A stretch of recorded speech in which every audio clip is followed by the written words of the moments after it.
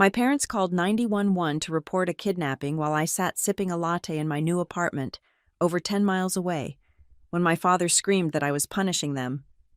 I replied calmly, "No, this is just what it feels like when you no longer have a key to my life." They assumed a stranger had broken in, never realizing the only people who had ever truly broken into my life were them. My name is Ruby Jenkins, and for the first time in 27 years, I am exactly where I'm supposed to be, and nobody else knows where that is. The silence in my new kitchen was thick, heavy, and delicious. It did not smell like the lemon furniture polish my mother, Elaine, favored, nor did it smell like the old, dusty pine of the house I grew up in. It smelled of fresh paint, sea salt, and the vanilla latte steaming in the mug cupped between my hands. It was 7 o'clock in the evening, the time when I would usually be bracing myself for a text message asking why my living room blinds were open or why I had bought the wrong brand of dish soap, but tonight, the air was still. The only disturbance came from the object vibrating violently against the quartz countertop. My phone was having a seizure. The screen lit up the dim room with a rhythmic, frantic pulsing. Mom, Dad, Mom, Dad, Mom. The names flashed in an alternating stroboscopic pattern of panic. I took a slow sip of my coffee, letting the heat burn the roof of my mouth just enough to remind me I was real. I looked at the notification count. 32 missed calls, 14 text messages, and the voicemails were stacking up like planes unable to land in a storm. It is a strange sensation to watch a catastrophe unfold from the safety of a soundproof booth. That was what this felt like. I was sitting in the eye of the hurricane, while 10 miles away, at the Riverside Commons apartment complex, the storm was tearing the roof off. I reached out, my hand steadier than it had been in years, and tapped the voicemail icon. I did not put it on speaker. I wanted this to be intimate. I wanted to hear the frequency of their fear right against my ear. The first message was from 20 minutes ago. Ruby, pick up the phone." It was my mother, Elaine. Her voice was pitched so high it cracked, a sound I associated with broken heirloom plates or social embarrassments at church. "We are at your apartment. Ruby. Everything is gone. The door was unlocked. We came in and oh God, it is empty. There is nothing here. No furniture, no clothes. Ruby. Call me now. Please, God. Call me." Background noise. The sound of closet doors being ripped open. The distinctive squeak of the pantry hinge. I deleted the message. I took another sip of coffee. The caffeine hummed in my veins, sharpening the edges of the room. I felt a coldness spreading through my chest, but it was not the freezing cold of fear. It was the cooling of lava, the hardening of rock. It was a lack of feeling that felt essentially like armor. I played the second message. This one was recorded 4 minutes later. "This is ridiculous," my father's voice barked. "Martin," he sounded breathless, likely from pacing the length of my former living room.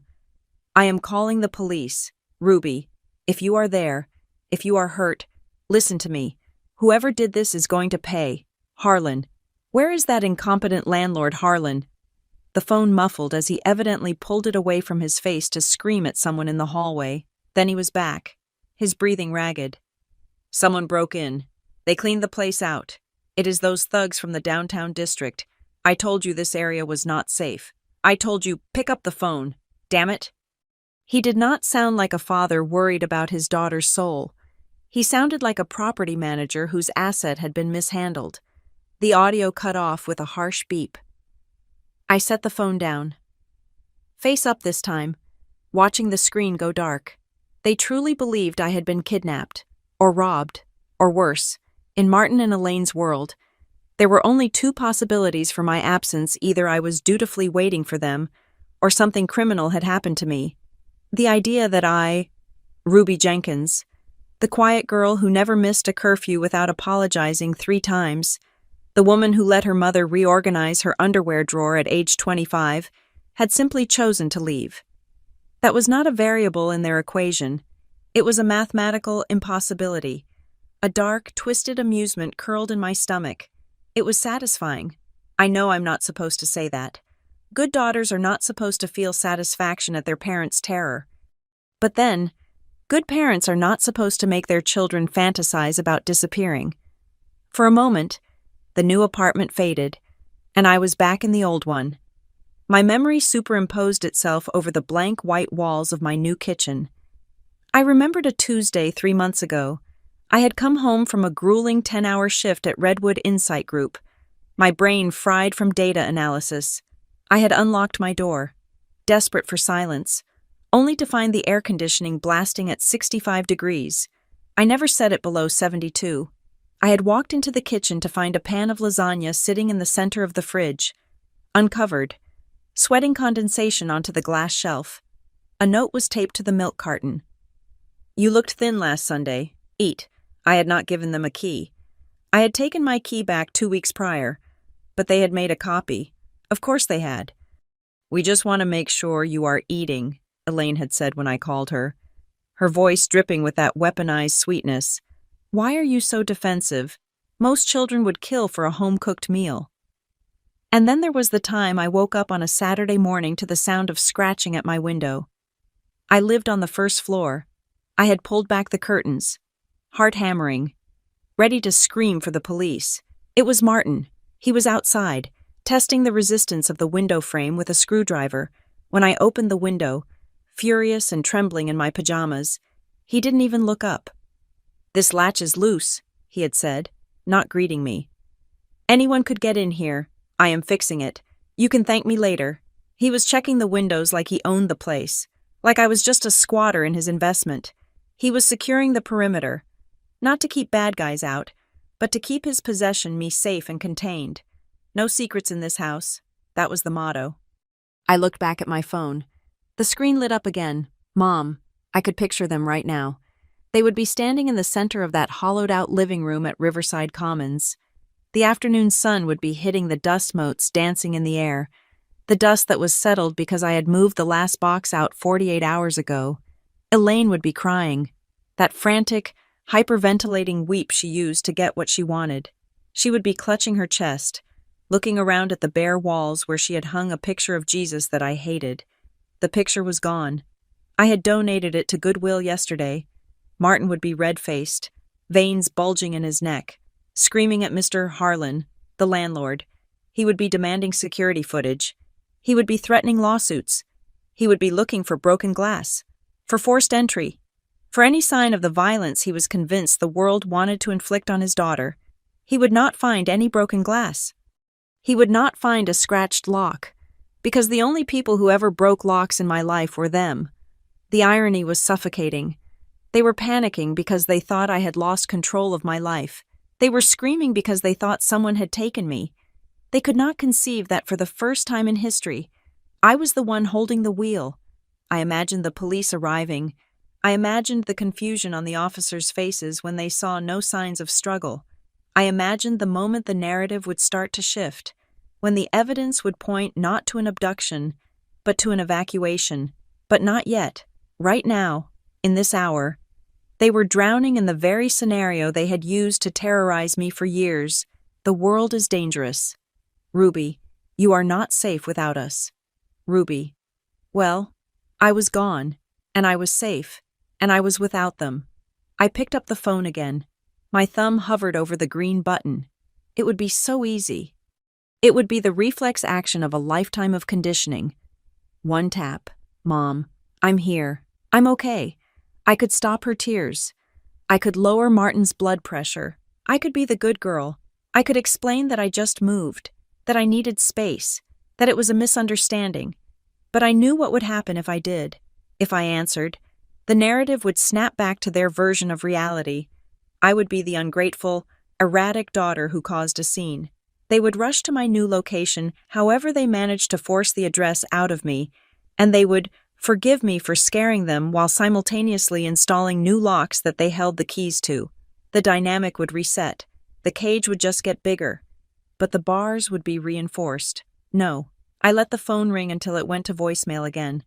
Then, I did something I had never done. I powered it down. I watched the Apple logo fade into blackness. The room went silent. The vibration stopped. I placed the phone face down on the polished wood of my new kitchen table. For years, silence had been my punishment. When I displeased them, the house went quiet. When I tried to set a boundary, I was given the cold shoulder until I broke. Silence was the weapon they used to make me feel small, isolated, and desperate for their approval. Tonight, the silence was mine. It was heavy. Yes, it felt dangerous, like holding a loaded gun for the first time. But it was mine.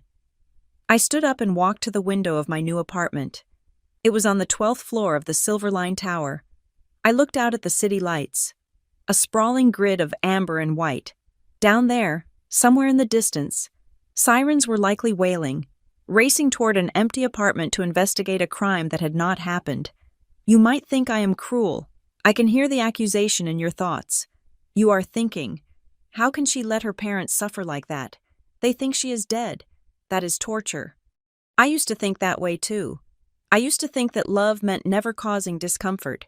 I used to think that obedience was the currency I had to pay to be a good person. But you have to understand something. You have not seen the camera hidden in the smoke detector above my bed.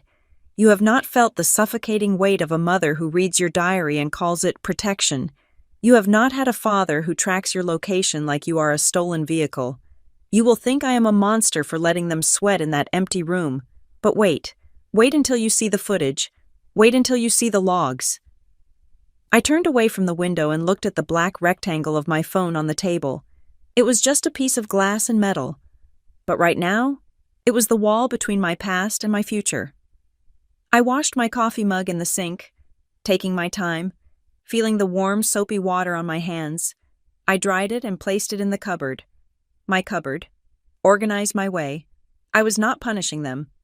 Punishment implies I wanted to teach them a lesson so they would behave better next time. I knew better than that. They would not learn. They would not change. This was not punishment. This was an eviction notice.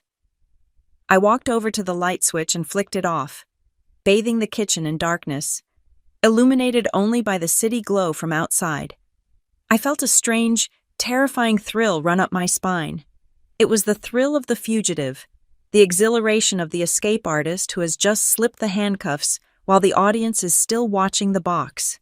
The day they stood panicking in my empty apartment, screaming at ghosts, was the day I finally understood the truth. All their lives, they had used fear to bind me to them. They had manufactured monsters to keep me running into their arms. But tonight, the monsters were real, and they were in my parents' heads. I smiled in the dark. The day they panicked in the empty apartment was the day I knew highly. The fear had changed directions. To understand why silence is now my weapon of choice, you have to understand where I came from. You have to walk down the tree-lined streets of Maple Ridge, a suburb so aggressively peaceful that it felt like a film set where the director had forgotten to yell cut. It was a place where the American flag snapped crisply on every front porch, where the lawns were manicured to within an inch of their lives, and where neighbors did not just wave, they watched. Maple Ridge was located just outside a major Midwestern city, close enough to see the smog on the horizon, but far enough to pretend the gritty reality of the world did not exist. It was the kind of place where people left their garage doors open on Saturdays to display their organized tool benches, a signal of moral fortitude. Elaine and Martin Jenkins were the undisputed royalty of this ecosystem. To the outside world, my parents were the gold standard. They were the model parents every teacher wished for and every other parent secretly resented. They never missed a parent-teacher conference. They volunteered for every bake sale, their brownies always wrapped in cellophane with color-coordinated ribbons. At church on Sundays, we took up an entire pew, polished and presentable, singing hymns in perfect unison. Martin was a deacon. Elaine ran the charity drive. If you asked anyone on our block, they would tell you that Ruby and Logan Jenkins were the luckiest children in the zip code. But inside the house, the definition of model shifted. It became something sharper, something that cut without drawing blood. In our house, love was not a feeling. It was a surveillance system. The architecture of my childhood was defined by visibility. There were no shadows in the Jenkins household, and certainly no locked doors. The rule was absolute and unspoken until it was challenged. My bedroom door was to remain ajar at all times, just a crack, just enough for a line of sight. At night, before I could retreat to that semi-private space, there was the ritual of the kitchen counter. At 9 o'clock sharp, my phone had to be placed on the charging dock next to the coffee maker.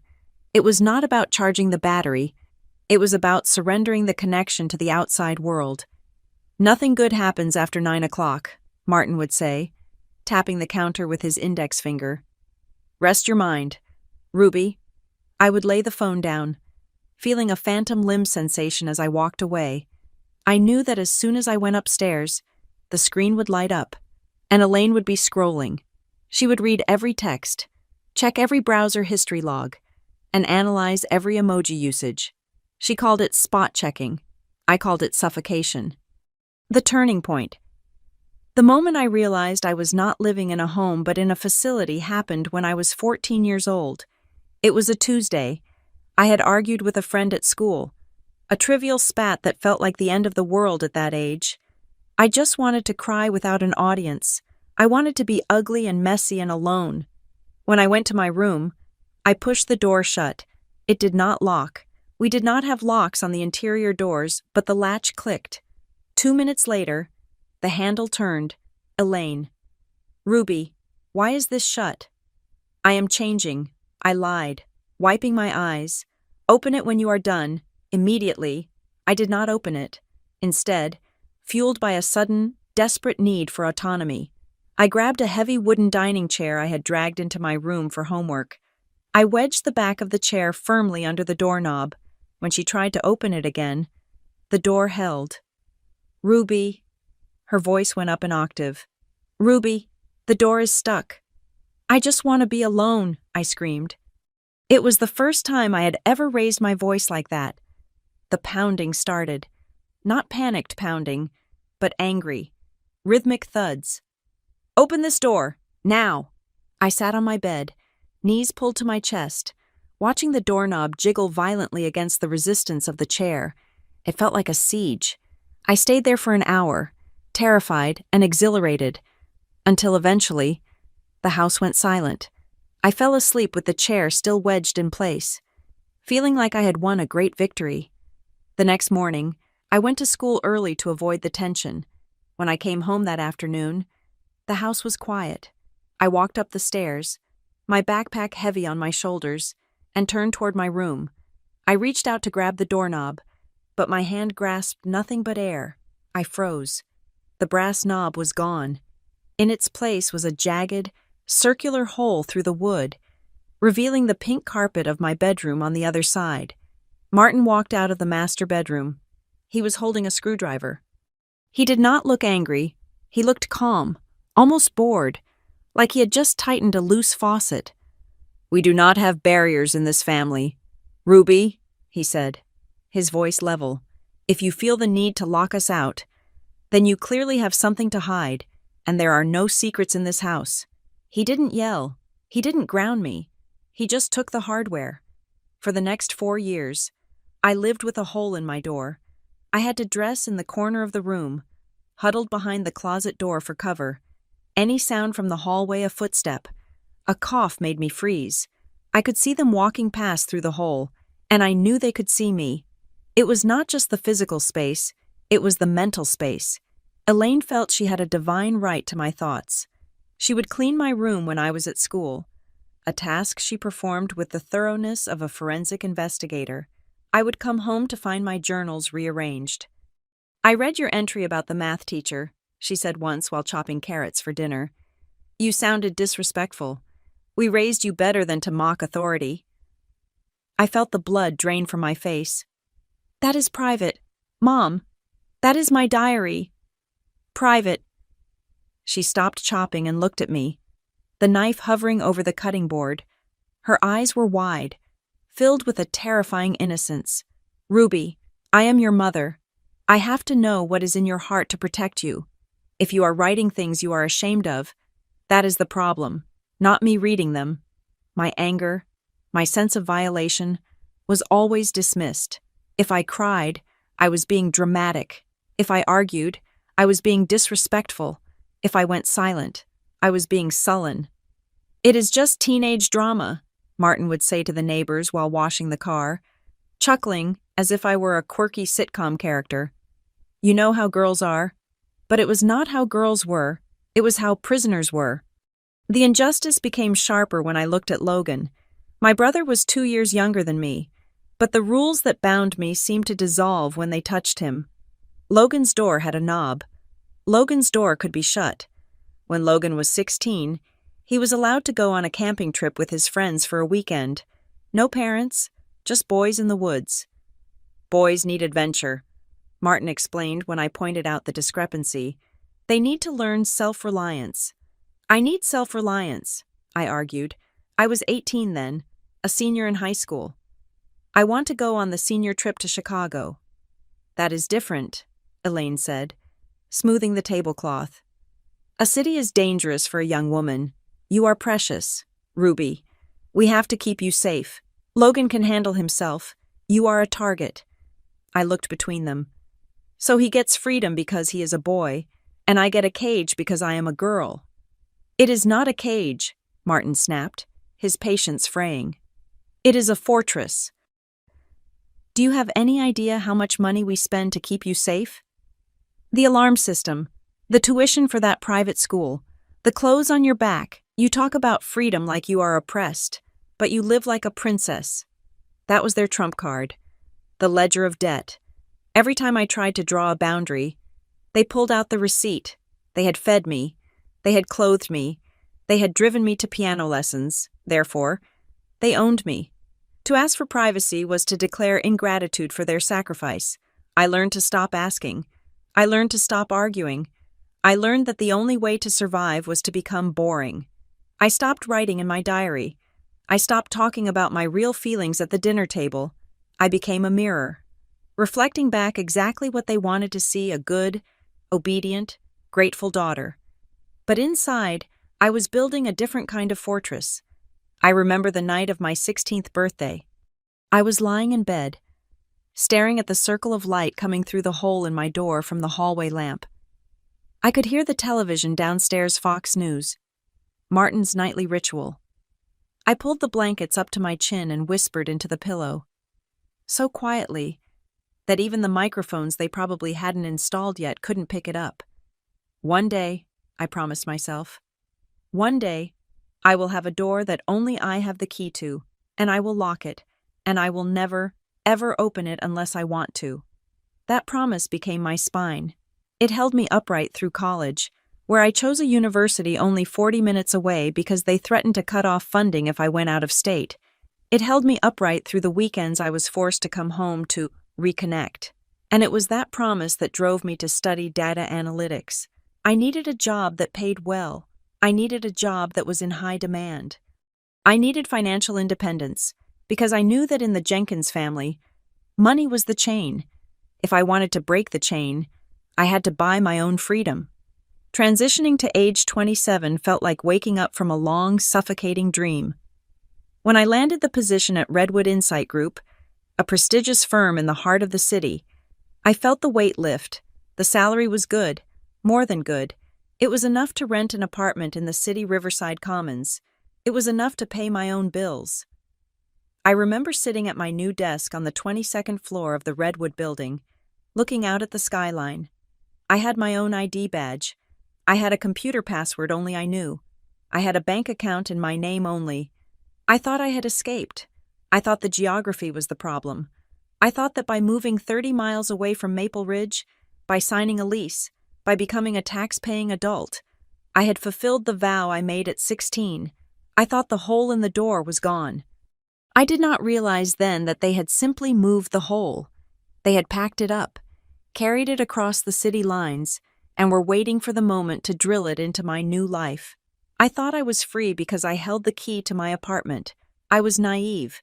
I did not yet understand that to people like Elaine and Martin, a key was not a tool for privacy. It was just another obstacle to be overcome in the name of love. Riverside Commons was not a luxury building. It was a 4-story block of red brick that had likely been standing since the industrial boom, situated on a street where the trees were sparse but the energy was dense. To anyone else, it might have looked weary, with its fire escapes clinging to the facade like iron skeletons and the grout crumbling slightly between the bricks. But to me, standing on the sidewalk with a rental van idling behind me, it looked like a castle. The air here was different than in Maple Ridge. It smelled of diesel exhaust, roasted coffee from the shop on the corner, and the damp, earthy scent of the river a few blocks away. It was messy. It was loud. A city bus roared past, its brakes screeching a discordantly beautiful note that signaled I was miles away from the silent, manicured lawns of my childhood. I carried the first box up to the third floor myself. There was no elevator, just a wide, wooden staircase that creaked in a way that felt conversational, like the building was greeting me. When I unlocked door number 3B, the afternoon sun was flooding the living room. The floors were hardwood, scratched from decades of previous tenants' scratches that told stories I didn't know, scratches that weren't scrutinized by my mother's critical eye. For the first hour, I felt a high that was almost chemical. I walked from the small galley kitchen to the bedroom, touching the walls, opening the sash windows to let the city noise pour in. This was mine. The lease had my signature. The rent would come from my bank account, but the fantasy of autonomy was interrupted before I could even unpack a single plate. Ruby, do not put those boxes on the wood without a rug. Elaine's voice cut through the dust motes. You will scratch the finish, and we will never get the deposit back. She swept into the apartment like a general inspecting a barracks. She was armed with a bottle of bleach spray and a roll of paper towels she had brought from home, evidently convinced that city dirt was a more virulent strain than suburban dirt. Martin followed her, carrying a toolkit that looked serious enough to dismantle an engine. I'm going to check the smoke detectors, he announced, bypassing the hello entirely. And these windows, the locks look flimsy. I stood in the center of my living room, holding a box of books, and felt the familiar shrinkage. I was 27 years old. I was a senior data analyst. I managed complex data sets for a living, yet, in their presence, I was 12 again, waiting to be told where to sit. Mom, the place was professionally cleaned, I said, trying to keep my voice light. You don't need to scrub the counters. Professionally cleaned, Elaine scoffed, spraying a mist of chemicals that made my nose sting. By who? Some college student trying to make beer money. Look at this. Ruby. She wiped a spot on the laminate counter and held up the paper towel. It was pristine white. Germs are invisible. That is why they are dangerous. Just like sin. She didn't wait for a response. She began unpacking my kitchen boxes. She didn't ask where I wanted things. She simply decided. The mugs went to the left of the sink. The plates went in the upper cabinet. The silverware was sorted with aggressive precision. She was not just organizing, she was colonizing. She was imprinting her logic onto my space so that even when she left, I would be reaching for a coffee cup and following her design. By 5 o'clock, the apartment was unpacked. It looked organized, sterile, and slightly unfamiliar, like a hotel room I had just checked into. We stood by the front door. The sun was setting, casting long orange shadows across the floor. This was the moment. They were leaving. I was staying. Elaine opened her purse. She dug around past her wallet and her rosary beads until she found a small, silver keychain. Now, she said, her voice dropping to that reasonable, maternal tone that always made me feel guilty for existing. We need to talk about access. My stomach tightened. Access. The spare key, Martin said. Stepping up beside her, he held out his hand, palm open, expectant. We need a copy. I hesitated. The key in my pocket felt heavy, like a talisman I wasn't ready to share. I don't think that is necessary. Dad, the landlord has a master key for emergencies, and I am usually here. The air in the hallway shifted. It became colder. The landlord, Martin let out a sharp, derisive laugh. You trust a stranger named Harlan with your life, but not your own parents. That man looks like he sleeps in his car.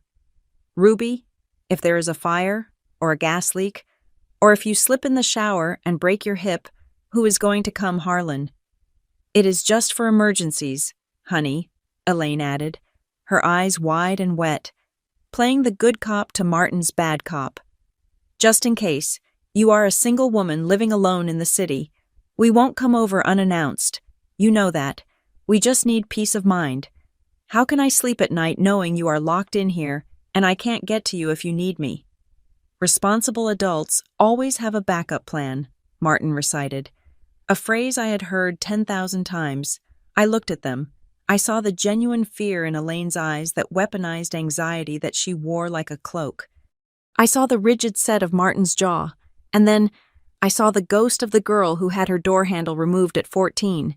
If I said no, this would become a war. They would not leave. They would argue. They would cry. They would call me ungrateful. They would taint this first night with a screaming match that would echo in this hallway forever. I just wanted them to leave. I wanted the silence. Slowly, hating myself, I reached into my pocket. I pulled out the spare key I had been given by the landlord.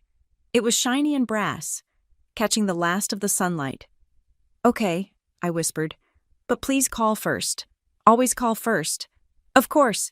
Silly, Elaine beamed, snatching the key from my hand before I could change my mind. She dropped it into her purse, the metallic clink sounding like the closing of a cell door. We respect your privacy. We are just your safety net. Martin clapped a hand on my shoulder, squeezing hard enough to bruise. Good girl.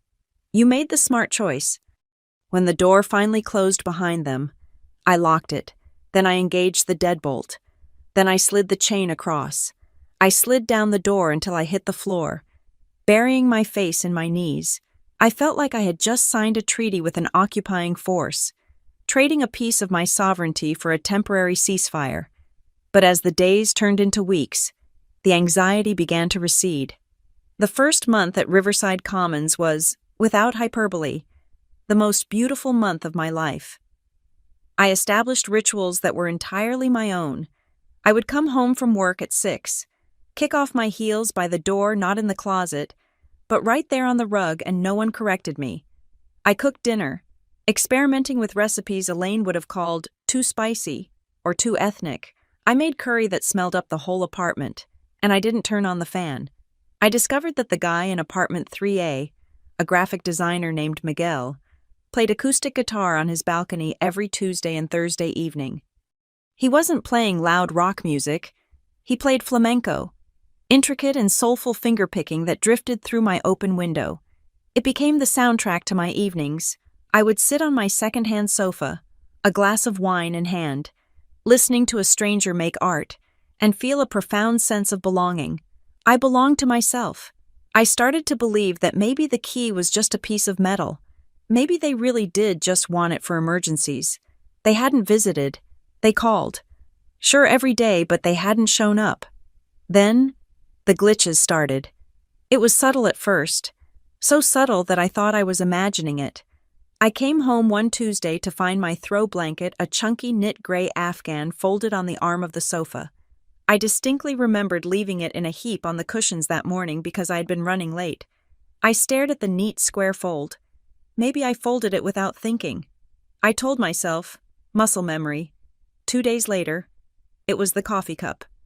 I had left a Starbucks cup on the kitchen island, half full of cold latte, intending to dump it when I got home. When I walked in, the cup was gone. I found it in the dishwasher, rinsed out and placed in the top rack. A chill went up my spine. I stood in the kitchen, my heart rate accelerating. I hadn't put that cup in the dishwasher. I knew I hadn't. I checked the door. Locked. I checked the windows. Locked. I called Elaine. Hey, Mom, I said, trying to sound casual. Did you guys stop by today? Today. Her voice was bright, innocent. No. Honey, Dad is at the hardware store, and I have been at Bible study all afternoon. Why? Oh, nothing, I lied. Just thought I saw a car like yours. You are missing us, she cooed. That is sweet. I hung up, feeling crazy. Was I losing my mind? Was the stress of the new job causing memory lapses? I decided to let it go. I decided to trust their word over my own perception. That is what gaslighting does. It makes your own senses the enemy. The breaking point came on a rainy Thursday in November. I had had a terrible day at Redwood. The quarterly data review had been a disaster, and my boss had been in a foul mood. I trudged up the 3 flights of stairs, wet and exhausted, dreaming of nothing but a hot shower and a bowl of cereal. I unlocked the door and stepped inside. Immediately, the smell hit me. It wasn't the smell of my curry or my vanilla candles. It was the smell of garlic, oregano, and ground beef. It was the smell of my childhood kitchen. I walked into the kitchen, my wet boots squeaking on the floor. There, sitting on the middle shelf of the refrigerator, was a glass casserole dish. It was filled with lasagna, not store-bought, Elaine's lasagna.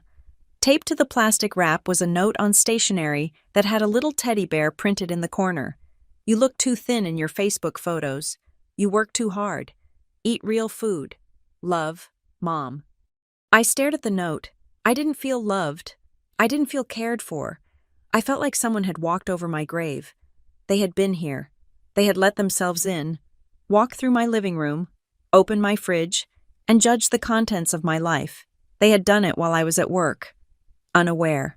The image of them moving through my space, Elaine, likely critiquing the dust on the baseboards, Martin checking the thermostat settings, made me feel physically ill. The love mom at the bottom of the note felt less like a sign-off and more like a territorial marking. I pulled my phone out. My hands were shaking. I dialed Elaine. She picked up on the second ring. "Did you find it?" She sounded delighted. "Mom," I said, my voice trembling not with gratitude, but with suppressed rage. "You were in my apartment. We just popped in," she said breezily. "We were in the city for an appointment and thought, let's bless Ruby. You never cook proper meals. Honey, we wanted to surprise you." "I gave you that key for emergencies," I stammered. "For fire, for blood, not for lasagna." "Oh, stop it," she laughed, dismissing my tone completely. "It is just dinner. Don't be dramatic." "It is not about the dinner," I said, gripping the phone tighter. "It is about privacy. You can't just walk in here whenever you want. This is my home." "It is our home too, in a way." Martin's voice boomed from the background. He must have been on speaker. "We pay your car insurance, don't we? We are family. Family doesn't have boundaries like that." "I want you to text me," I said, trying to set a line in the sand, however weak. "Next time, if you want to drop something off, you text me first. You ask if it is okay." There was a pause on the line, a heavy, loaded silence. "Wow," Elaine said, her voice dropping to a whisper. "You are acting like we are strangers now, like we are solicitors trying to sell you something. We are your parents. Ruby, we wiped your bottom. We sat up with you when you were sick, and now we need an appointment to feed you." "That is not what I said." "It is exactly what you said," Martin interrupted. "You are being ungrateful. Your mother spent 3 hours making that sauce, and this is the thanks she gets." An interrogation. I stood in my dark kitchen, the light from the refrigerator casting a long, grotesque shadow against the wall. I looked at the lasagna. It looked like a trap. "I am just asking for a heads up," I whispered, my energy draining away. "We will pray for you," Elaine said coldly. "You are clearly under a lot of stress if you are lashing out at people who love you." They hung up. I stood there for a long time. I didn't eat the lasagna. I took the entire dish, heavy and warm, and scraped the contents into the trash can. Then I washed the dish, dried it, and put it in the cabinet. As I lay in bed that night, listening to the rain hit the window, the beautiful illusion of the last month dissolved. I realized then that Riverside Commons was not a new chapter.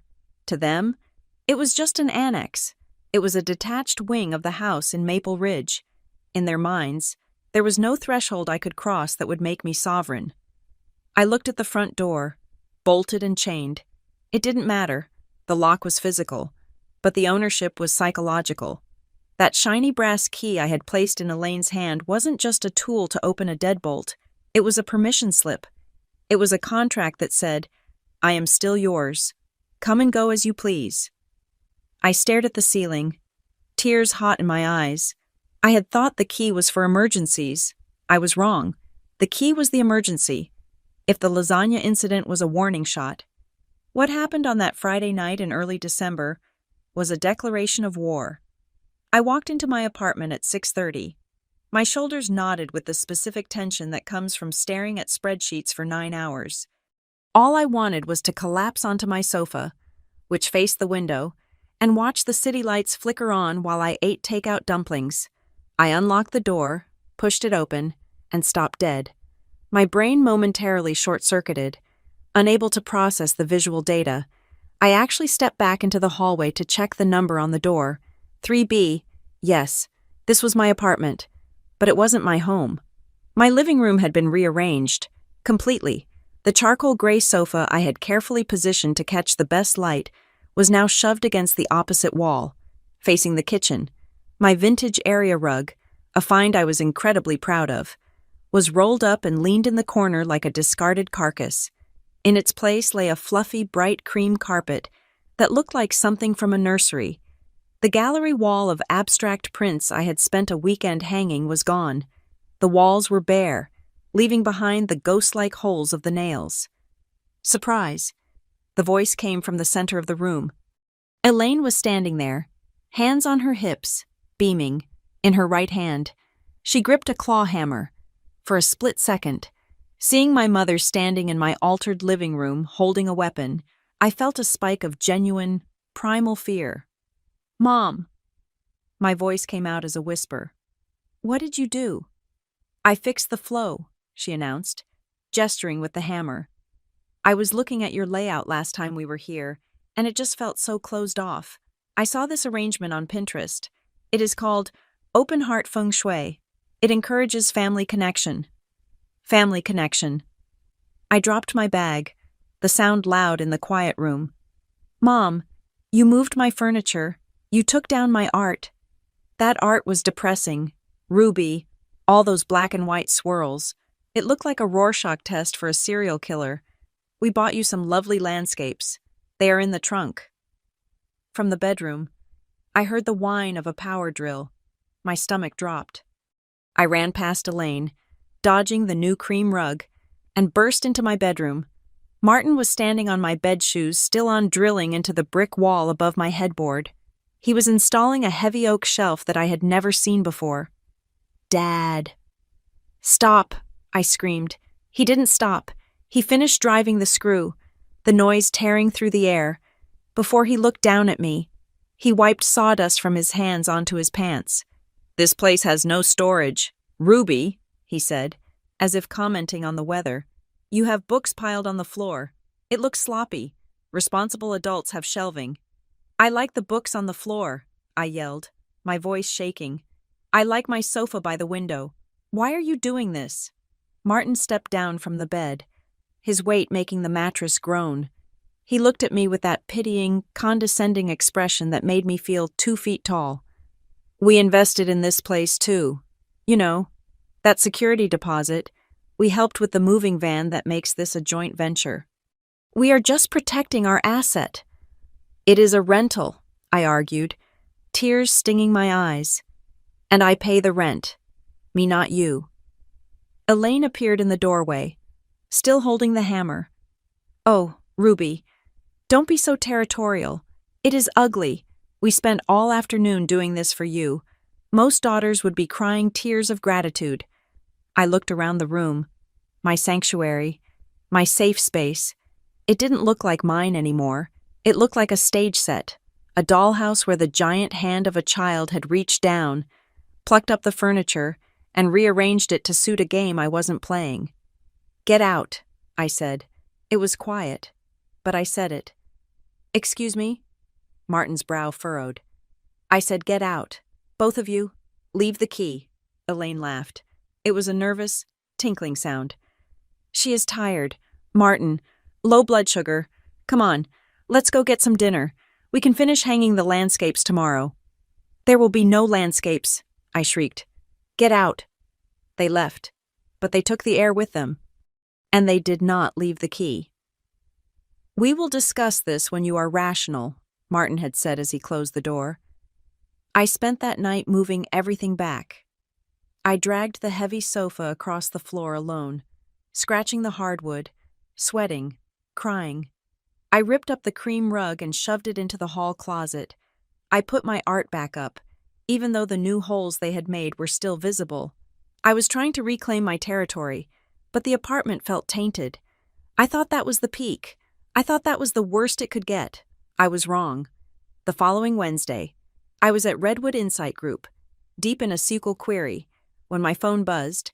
It was a text from Miguel, my neighbor in 3A. Hey, your folks are in your place again. Thought you were at work. Everything okay? They've been there for like 2 hours. The blood drained from my face. I stared at the screen. 2 hours I was across town. I hadn't asked them to come. I hadn't asked for anything. I typed back, I am at work. I didn't know they were there. Miguel's reply came 3 bubbles later. Yikes. Want me to knock? No. I wrote, I'll handle it. But I didn't handle it. I couldn't leave work. I sat there for the rest of the afternoon, nauseous, imagining what they were doing. Were they reading my mail? Were they smelling my clothes?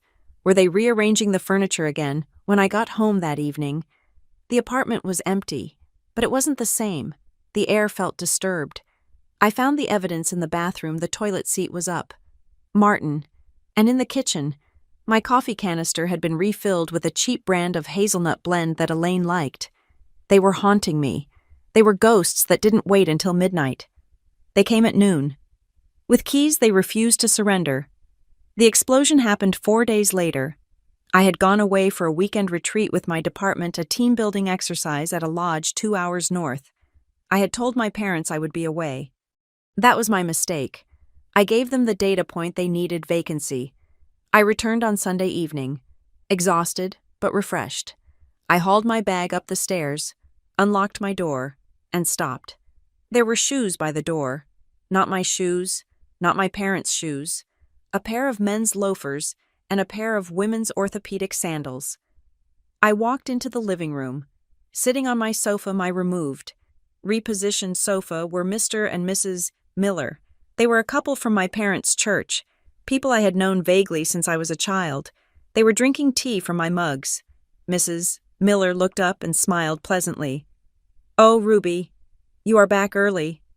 I stood there, my brain unable to bridge the gap between reality and hallucination. Mrs. Miller, what are you doing here? Your parents were so kind. Mr. Miller chimed in, setting his mug on my coffee table without a coaster. We had to come into the city for my specialist appointment tomorrow, and you know how expensive the hotels are downtown. Martin said you were away and that you would love to host us. Host you? I choked out. Yes, Mrs. Miller said. We slept in your bed last night. Don't worry. Elaine came by and changed the sheets beforehand. It was very comfortable. I felt the room spin. Strangers. In my bed. My parents had offered up my private sanctuary. My bed. The place where I slept and dreamt and cried. As a free motel for their acquaintances. You need to leave, I said. My voice was flat. Dead. Excuse me? Mrs. Miller's smile faltered. You need to leave. Now. This is my apartment. I did not agree to this. Just then, the front door opened. Elaine and Martin walked in, carrying takeout bags. Oh, Ruby, Elaine chirped, seeing the tension. You are back. We bought extra pot roast for the Millers. Get them out, I said, turning to my parents. I was shaking so hard my teeth were chattering. Get them out of my apartment. Ruby, don't be rude, Martin snapped, his voice dropping to a warning growl. The Millers are guests. We are helping them out. Christian charity. Ruby, look it up. This is not charity, I screamed. This is trespassing. This is breaking and entering. You let strangers sleep in my bed. They are not strangers, Elaine cried. They are fellowship. And we changed the sheets. Why are you making this so dirty? Because it is my home. It is a resource, Martin yelled back, slamming the takeout bag onto the table. God gave you this apartment, and you are hoarding it. You are acting like a spoiled brat. Don't talk to your parents like some lawyer. Ruby, Trespassing. You sound ridiculous. I am not a child, I shouted. I am 27. You wouldn't be 27 with a job at Redwood if it weren't for us. Elaine stepped forward, pulling out the ledger. The eternal debt. We paid for that degree. We drove you to the interview. We prayed for this job. Do not dare create boundaries to push us out of the life we built for you. I looked at them. I looked at the Millers, who were awkwardly gathering their things, looking terrified. I looked at my parents, their faces red with righteous indignation. They truly believed this. They believed my apartment was just an extension of their estate. They believed my privacy was a sin of selfishness. Get out, I whispered. Take your friends, take the pot roast, and get out. It took 20 minutes of screaming, crying, and Martin threatening to write me out of the will, a threat he made bi-monthly. But eventually, the apartment was empty. I locked the door. I slid the chain. But it wasn't enough. I knew it wasn't enough. They had the key. They would come back when I was at work. They would come back when I was sleeping. I grabbed my purse. I didn't care that it was 9 o'clock on a Sunday night. I didn't care about the cost. I Googled 24-hour locksmith. When the man arrived, a burly guy named Steve with grease under his fingernails, I didn't apologize for the late hour. Change it, I said, and I want a deadbolt that cannot be copied at a hardware store. Boyfriend trouble, Steve asked, as he drilled out the old cylinder. The sound of the drill was violent and beautiful. It sounded like chains breaking. Something like that, I said. I paid him $350. It was the best money I had ever spent. When he handed me the new key, a heavy, square-headed thing that felt substantial in my palm, I felt a wave of relief so potent it nearly knocked me over. I stood inside my door, locking and unlocking the new deadbolt. Click, thud, click, thud. My hands were trembling. I wasn't just changing a lock. I was declaring independence. I was firing the first shot in a revolution. For the next week, there was silence. My phone didn't ring. No one showed up. The key didn't turn in the lock. I started to relax. I thought maybe they had understood. Maybe the scene with the Millers had been embarrassing enough to make them back off. Maybe, just maybe, I had won. The apartment was quiet. My things stayed where I put them. The air smelled only like me. I didn't know it then, but this wasn't peace. It was the deep, pressurized silence of the ocean before a tsunami hits. They weren't accepting my boundary. They were just reloading. The physical lock was changed. The heavy deadbolt I had installed was a cold, solid reassurance against the wood of my door. For the first time in weeks, I slept without wedging a chair under the handle. I foolishly believed that because I had secured the perimeter, I had secured my life. I did not understand yet that walls are no longer the only way to enter a room. The realization began with a glitch. My phone had been draining battery faster than usual. The back of the casing running hot, even when I wasn't using it. On a Tuesday afternoon, sitting at my desk at Redwood Insight Group, I decided to run a diagnostic on the settings. I dug through the privacy menus, looking for an app that might be rogue. My thumb hovered over the Location Services tab. I clicked it, expecting to see the usual suspects maps, weather, a food delivery app.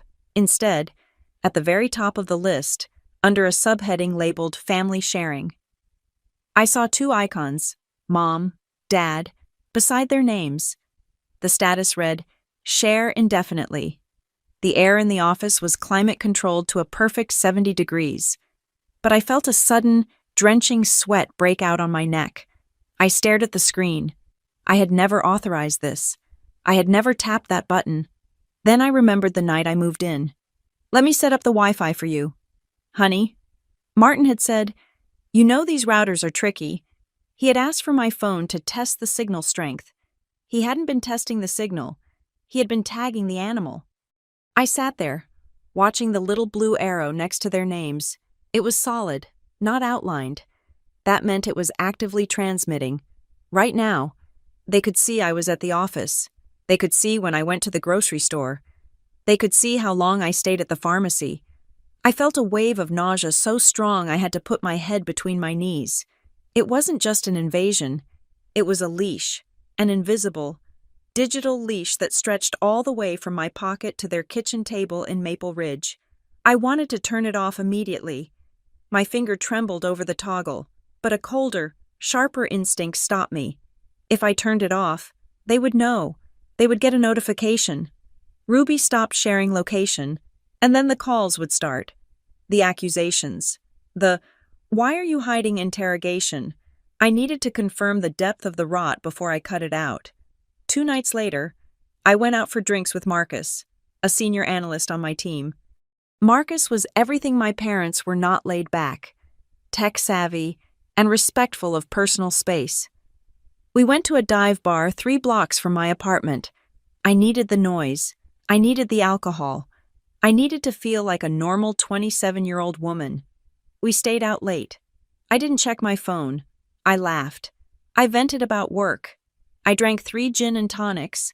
I walked into my apartment at exactly 1:58 in the morning. I stumbled a little, taking off my boots, drank a glass of water, and passed out. The phone rang at 7:30 the next morning. "Hello?" I croaked, my head throbbing. "You sound tired," Martin said. There was no greeting, just the observation. "I am tired. Dad, it is early." "Well, that is what happens when you stay out all night," he said. His voice was casual, deceptively light. "Nothing good happens in this city after midnight. Ruby, and 2 in the morning, that is simply reckless. 2 in the morning is when the predators are hunting." I froze. I sat up in bed, the sheets pooling around my waist. I hadn't told him I went out. I hadn't told him when I got home. And 1:58 was close enough to 2 o'clock that the distinction didn't matter. He knew. He wasn't guessing. He was looking at a timestamp. "How do you know what time I got home?" I asked, my voice barely a whisper. "I am your father," he said, avoiding the question with the adeptness of a politician. "I have a 6th sense about your safety. Go back to sleep, Ruby, and next time, be home by 11. He hung up. I stared at the phone. It felt radioactive. That afternoon, I asked Marcus to come over. I didn't tell him the whole story.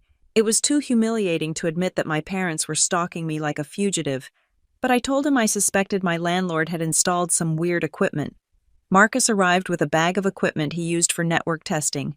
He was tall, lanky, and wore a constant expression of curiosity. "So," he said, scanning the living room, "you think the place is bugged?" "I don't know," I said, hugging my arms around myself. "I just feel watched." Marcus swept the room with a radio frequency detector. It beeped near the router, which was normal. It beeped near the smart TV. Then, he raised the wand toward the ceiling in the bedroom. The device began to shriek. Marcus frowned. He stepped up onto my bed, the same bed Mrs. Miller had slept in, and looked closely at the smoke detector. "This is new," he said.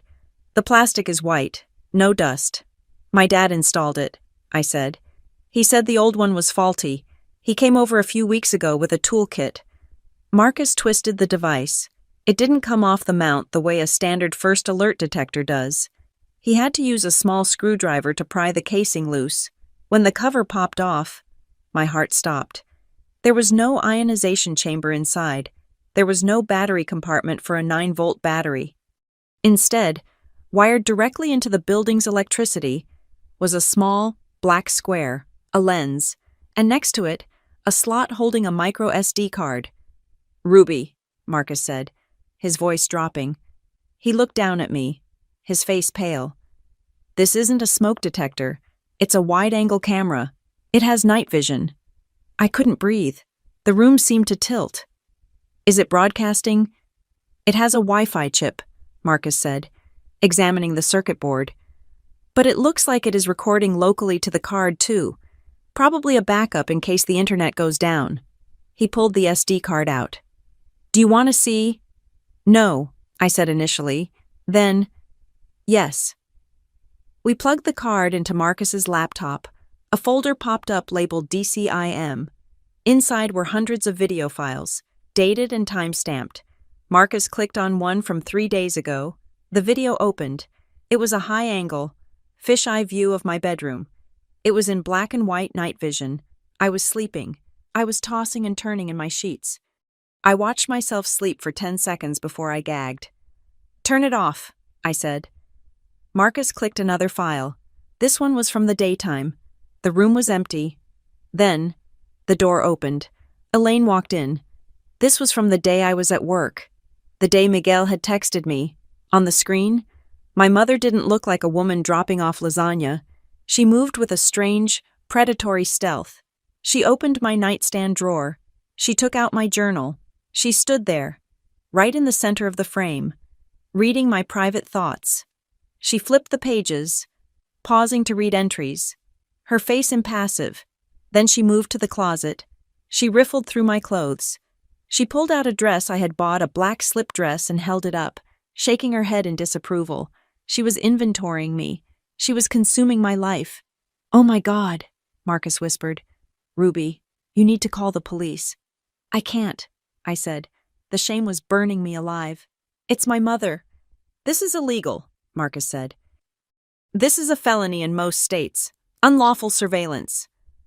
I took the SD card. I held it in my palm. It was so small, no bigger than a fingernail. But it contained the proof that I was not a person to them. I was a property. I was a specimen in a jar. "Get the camera down," I told Marcus. "Put it in a bag." That Sunday, I went to Maple Ridge for dinner. I didn't bring the pot roast. I brought the SD card. We sat at the mahogany table where I had eaten thousands of meals. Elaine had made meatloaf. Martin was talking about the rising cost of gasoline. I waited until they were both eating. "I found the smoke detector," I said. The silence that followed was absolute. Martin's fork paused halfway to his mouth. Elaine blinked, her face going blank. "The one in the bedroom," I continued, my voice steady, though my hands were gripping the napkin in my lap so hard my knuckles were white. "The one with the lens." Elaine was the first to break. She didn't get angry. She crumbled. It was a performance I had seen 100 times, but this time, the audience wasn't buying it. "Oh, Ruby!" She burst into tears, covering her face with her hands. "We were just so worried. You live in that terrible city. We hear the news. Girls get taken every day. We just wanted to be sure you were safe at night. It was for peace of mind." "You watched me sleep," I said. "You read my journal. I saw you on the video. Mom, you went through my underwear drawer." "I was organizing," she sobbed. "I was looking for drugs. I had to be sure you weren't spiraling." I turned to Martin. He wasn't crying. He was cutting his meatloaf. "And the tracking?" I asked. "The location sharing you hid on my phone." Martin put his knife down. He looked me in the eye, and his expression was terrifying. It wasn't guilt. It was righteousness. "We can't be too careful," he said. "The world is dangerous. Ruby, you are naive. You think because you have a degree and a job that you are immune to tragedy. We are your parents. It is our job to protect you, even if you are too stupid to protect yourself." "I am 27, I said. "This isn't protection. This is stalking." "Stalking?" Martin laughed. It was a harsh, barking sound. "Stalking is what criminals do. We are family. You should be grateful we care enough to watch. Most parents don't give a damn where their kids are. We love you enough to keep eyes on you." "You don't have the right," I said. "I have every right." He slammed his hand on the table, making the silverware jump. "I made you. I raised you. I paid for that apartment's deposit until you are married and some other man's problem. You are my responsibility." I stood up. "I am not a problem, and I am not yours." I walked out. By the time I got back to my apartment, my camera-free apartment, my phone was blowing up. But it wasn't just them. It was Aunt Sarah. "Your mother called me in tears. She said you accused them of spying Ruby. They love you so much. Don't be so harsh. It was Uncle Bob. Kiddo, cut your dad some slack. He is just an old-school protector. You are breaking their hearts. It was my cousin Jessica, really. You made Aunt Elaine cry over a safety camera. You are being a brat." I looked at the messages. The web was bigger than I thought. They had spun a narrative instantly I was the ungrateful, hysterical daughter, and they were the loving, worried saints. No one asked about the violation.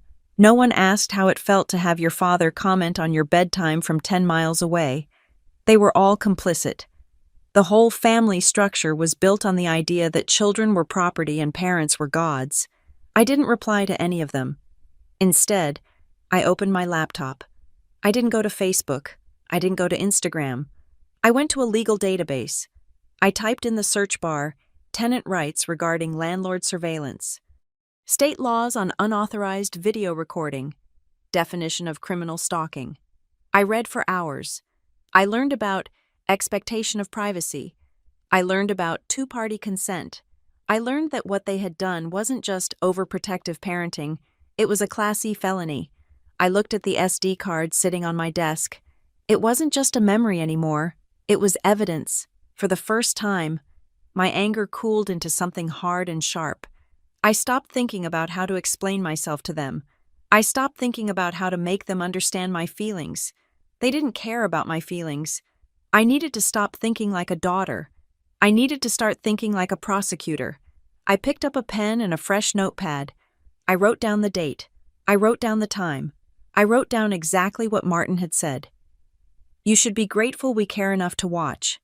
Then, underneath, I wrote a new list. It wasn't a list of chores. It was a list of leverage. The fear was still there, buzzing in the back of my mind. But as I read the statutes, as I understood the power of the law, the fear began to change shape. It was no longer the fear of a child hiding in a corner. It was the calculated caution of a woman planning an escape. The straw that broke the camel's back was not a single dramatic event like a slap or a scream. It was, fittingly for my life, a grotesquely polite violation disguised as a spiritual intervention. It happened on a Tuesday. I had left Redwood Insight Group at 2:00 in the afternoon, struck down by a migraine that made the spreadsheets dance before my eyes. I had not told anyone I was leaving early. I just wanted to go home, draw the blackout curtains I had rehung after the open heart feng shui disaster, and sleep for 12 hours. When I reached the third-floor landing of Riverside Commons, I heard a low, rhythmic murmuring drifting from down the hall. It sounded like a hive of bees. As I got closer to door 3B, the buzzing resolved into human voices. I stopped. My hand hovered over my bag, searching for my keys, but I realized I didn't need them. The door was unlocked. It was slightly ajar. I pushed it open with a trembling hand. My living room was full of people. There were 6 of them, arranged in a circle of folding chairs that they must have brought with them, sitting knee to knee in the center of my rug. I recognized them instantly. It was the Tuesday Prayer Warrior group from my parents' church in Maple Ridge. In the center of the circle, kneeling on the floor with her head bowed, was Elaine. Martin stood behind her, his hand resting heavily on her shoulder, his eyes closed, leading the chant. Lord, we ask you to break the spirit of rebellion in this home, Martin intoned, his voice shaking with performative emotion. We ask you to cleanse this apartment of the worldly influences that have hardened our daughter's heart. Bring Ruby back to the fold. Make her docile. Make her pure. Amen, the group chorused. I stood in the doorway, my migraine forgotten, replaced by a cold horror that froze my blood. They were exorcising me. In my own apartment, they were praying away my personality as if it were a demonic possession. Then I looked past the circle. The door to my bedroom was wide open. I took a step forward, the floorboards creaking. Martin's eyes snapped open. He saw me. He didn't look embarrassed. He looked beatific. Ruby, he exclaimed, spreading his arms. You are early. It is a sign. The Lord brought you here to join us. I didn't answer. I walked past the circle, ignoring the stunned faces of the elderly church ladies, and went to my bedroom door. My room had been tossed. That is the only word for it. It looked like a burglary, but organized. My clothes were pulled out of the closet and laid on the bed in piles, keep and donate. But it was the dresser that stopped my heart.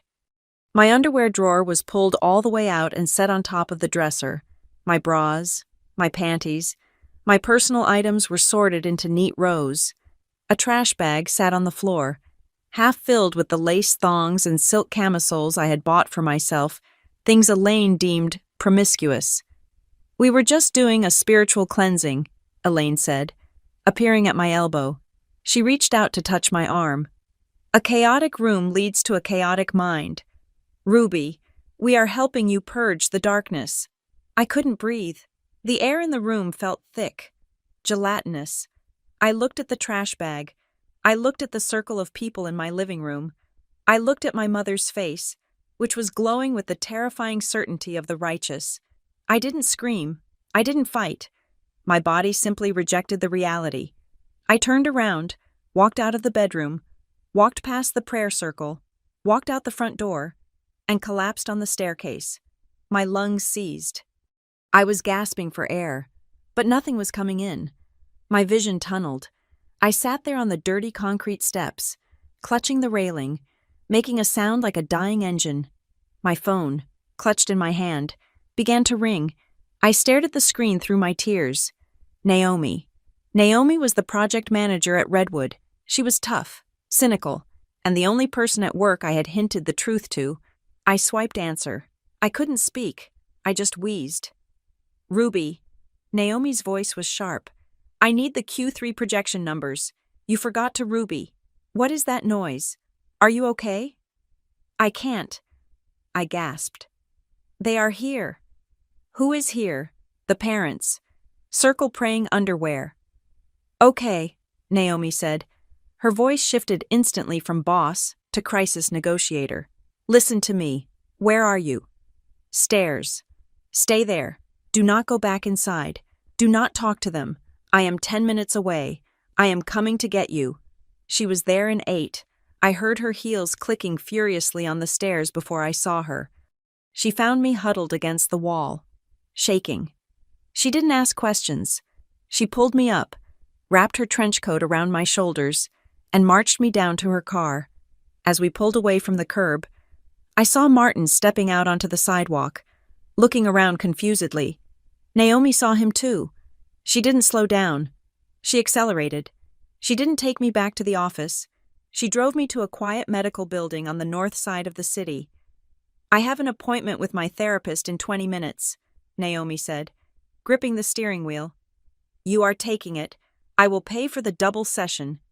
"I don't need a therapist," I managed to whisper, though I was still shivering. "I need a lawyer." "You need both," Naomi said.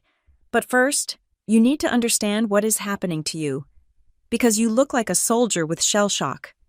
Dr. Harris was a woman in her 60s with kind eyes and a spine of steel.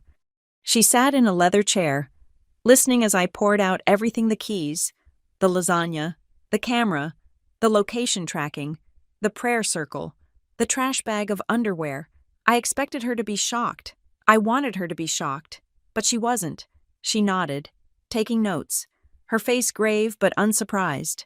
When I finished, silence filled the room. It was a safe silence.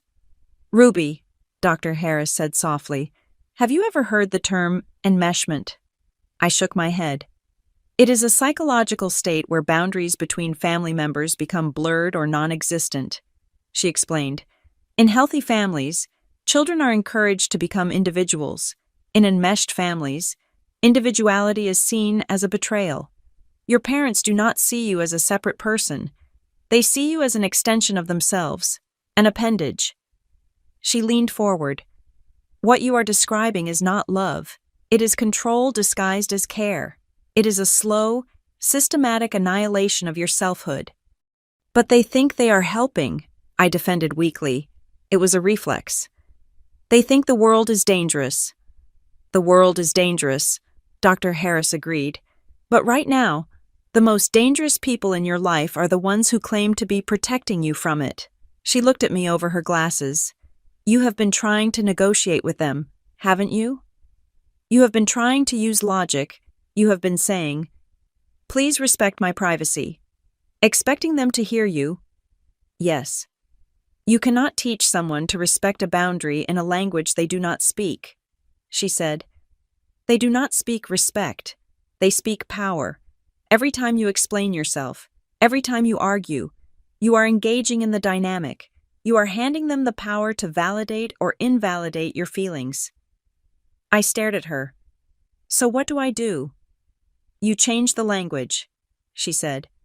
You stop using words, you start using action, and you start using distance. Then she asked me the question that changed everything. The question that cut through 27 years of guilt and conditioning. Ruby, she said, imagine you have a daughter. Imagine she is 27. She calls you and tells you that her parents broke into her home, watched her sleep on a hidden camera, and threw away her clothes while praying over her living room floor. What would you tell her to do? The image hit me like a physical blow. I pictured a girl, my imaginary daughter, small and trembling on a staircase. I felt a surge of protective rage so hot it burned my throat. I would tell her to run, I said. The words came out before I could think. I would tell her to run and never look back. Dr. Harris sat back. Then why is her safety more important than yours? That was the moment. The click, the shift, the panic attack receded, replaced by a cold, crystalline clarity. I wasn't crazy. I wasn't ungrateful. I was a hostage. I left Dr. Harris's office with a prescription for anxiety medication I probably wouldn't fill and a plan I definitely would execute. I didn't go back to the apartment that night. I stayed on Naomi's couch. I turned my phone off. The next morning, I called in sick to Redwood, but I didn't rest. I went hunting. I needed a fortress. I needed a place where open-heart feng shui was physically impossible because the walls were made of reinforced concrete and the door was guarded by a human bulldog. I found it at Silverline Tower. It was a glass needle rising out of the financial district, 5 miles further away from Maple Ridge than Riverside Commons. It was expensive, painfully so. The rent would eat 40% of my paycheck. I didn't care. I walked into the lobby. It was silent, cool, and smelled of expensive sanitizer. Behind the marble desk sat a man named Caleb. He was 6'4", with shoulders that strained his blazer and eyes that missed nothing. "Can I help you?" he asked, not unkindly, but guardedly. "I am looking for an apartment," I said. "But my priority is security, specifically, guest control." Caleb nodded. "You need a key fob to operate the elevator. You need a key fob to enter the stairwell. Guests have to be announced. If you don't clear them, they don't get past this desk. I don't care if it is the Pope." "What if they say they are my parents?" I asked. "What if they cry? What if they say it is an emergency?" Caleb looked at me. He had been working in this city a long time. He saw the desperation in my eyes. "Ma'am," he said, "unless they have a warrant signed by a judge, or you call down and say send them up, they stay in the lobby. If they make a scene, I call the precinct. That is the policy." I signed the lease an hour later. I put down the deposit with a check that made my hand shake. But it was a good shake. The move-in date was in 4 days. Saturday was perfect. Saturday was the annual silent retreat for the senior members of the Maple Ridge Church. Martin and Elaine would be at a cabin by the lake, stripped of their phones, meditating on their righteousness for 48 hours. It was a window of opportunity sent by a God they claimed to own, but clearly didn't understand. But before I could leave, I had one loose end to tie. I went back to Riverside Commons on Thursday morning. When I knew the prayer circle would be gone, I went straight to the landlord's office on the first floor. Mr. Harlan looked up from his newspaper. He was a soft man, a man who disliked conflict, which made him the perfect clay for Martin to mold. "Ms. Jenkins," he said, looking nervous. "I heard there was some commotion on Tuesday." "Mr. Harlan?" I said, ignoring his stammer. "I am moving out. Moving, but the lease. I will pay the penalty," I said. "But I need to know something. How did my parents get in here on Tuesday? I changed the lock. I have the only key." Mr. Harlan turned red. He fiddled with his glasses. "Well, your father called. He was very upset. He said he was worried about your spiritual health. He said he is listed as the emergency contact." "He is not," I said. "I listed Naomi." "Yes, well," Harlan mumbled. He called a few weeks ago and told me to update the file. He said you forgot. He was very convincing. Ruby, he is a deacon. So you gave him the master key? He said it was an intervention. He said they were going to help you clean. I took a deep breath. My anger was useless here. Harlan was just another casualty of their steamroller. Mr. Harlan, I said, keeping my voice low and terrifyingly even, I am leaving. But until I hand over my keys on Sunday, I am still the legal tenant. I want you to write something down. What? I want a signed document stating that no one, absolutely no one, is allowed access to apartment 3B without my written consent. If you let them in again, if you give them a key, if you even tell them I am home, I will sue you for breach of contract and endangerment, and I will win. Mr. Harlan paled. He grabbed a piece of paper. He wrote it out, his hand shaking. I am sorry, Ruby, he said as he handed it to me. Your father, he just seemed so concerned. He called himself the first emergency contact. He is the emergency, I said. I went back up to my apartment. I began to pack, but I didn't pack like I did when I moved from Maple Ridge. I didn't wrap things in bubble wrap with care. I purged. The cream rug dumpster. The landscapes they bought dumpster. The clothes Elaine had sorted into the keep pile. I looked at them. They were all modest, frumpy, pastel things. I threw them in a bag for goodwill. I only packed what was mine. My books, my dark art, the clothes I bought with my own money. As I taped up the boxes, I felt a strange sensation. I wasn't frantic. I wasn't crying. I felt like a general looking at a map. I created a plan. I called it the Protocol of Silence. I wrote it down in my notebook. 1. No yelling. Yelling proves I am the emotional child. 2. No explanations. Explanations are just opportunities for them to argue. 3. No warning. Warning gives them time to prepare a counterattack. 4. Disappear. I would not tell them I was leaving. I would not give them a chance to block the door, to guilt-trip me, to call the police to stop me from making a mistake. I would simply vanish. I looked at the camera hidden in the smoke detector. I had put it back up, tape over the lens, just so they wouldn't suspect I knew. On Saturday morning, I would take it down. I would wrap it in plastic. It was coming with me, not to be installed, but to be kept. It was the artifact of my oppression. And one day, if I needed to, it would be the weapon of my liberation. The silence in the apartment was deep, but for the first time, it wasn't empty. It was full of anticipation. I was about to do the one thing they never thought me capable of. I was about to grow up, and the first act of adulthood was to leave them behind in the dark. Saturday morning arrived not with a bang, but with the hiss of a hydraulic brake and the smell of high-grade caffeine. It was 6 o'clock in the morning. The sun was just beginning to bruise the horizon, casting a pale gray light over the brick facade of Riverside Commons. The street was empty, save for a stray cat and a white rental van idling softly at the curb. Inside apartment 3B, the atmosphere was less moving day and more covert military extraction. Naomi and Marcus had arrived 10 minutes prior, moving with a silence that was both impressive and slightly terrifying. They wore dark hoodies and sneakers. Naomi carried a tray of coffees from an all-night diner. Marcus carried a roll of industrial packing tape and a look of grim determination. "Okay," Naomi whispered, handing me a cup that radiated heat against my cold palms. "We have a 2-hour window before the neighborhood wakes up and Mrs. Kravitz down the hall starts asking questions. Let's move." We worked in a coordinated hush.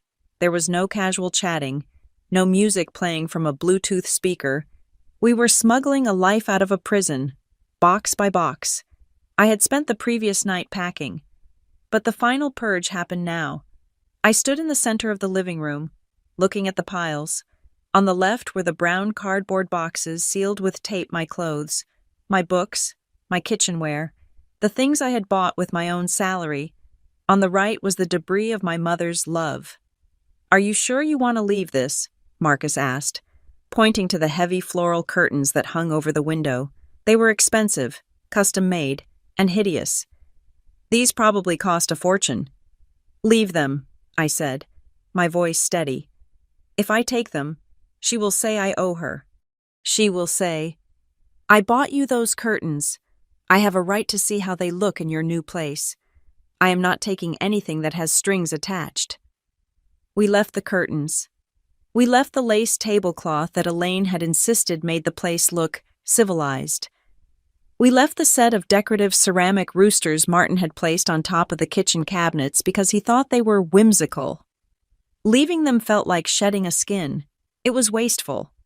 Perhaps, in a monetary sense, but in a psychological sense, it was essential. I was bankrupting their emotional leverage. Every item I left behind was a receipt I was refusing to sign. Then came the most important task. "Marcus," I said, "the smoke detector."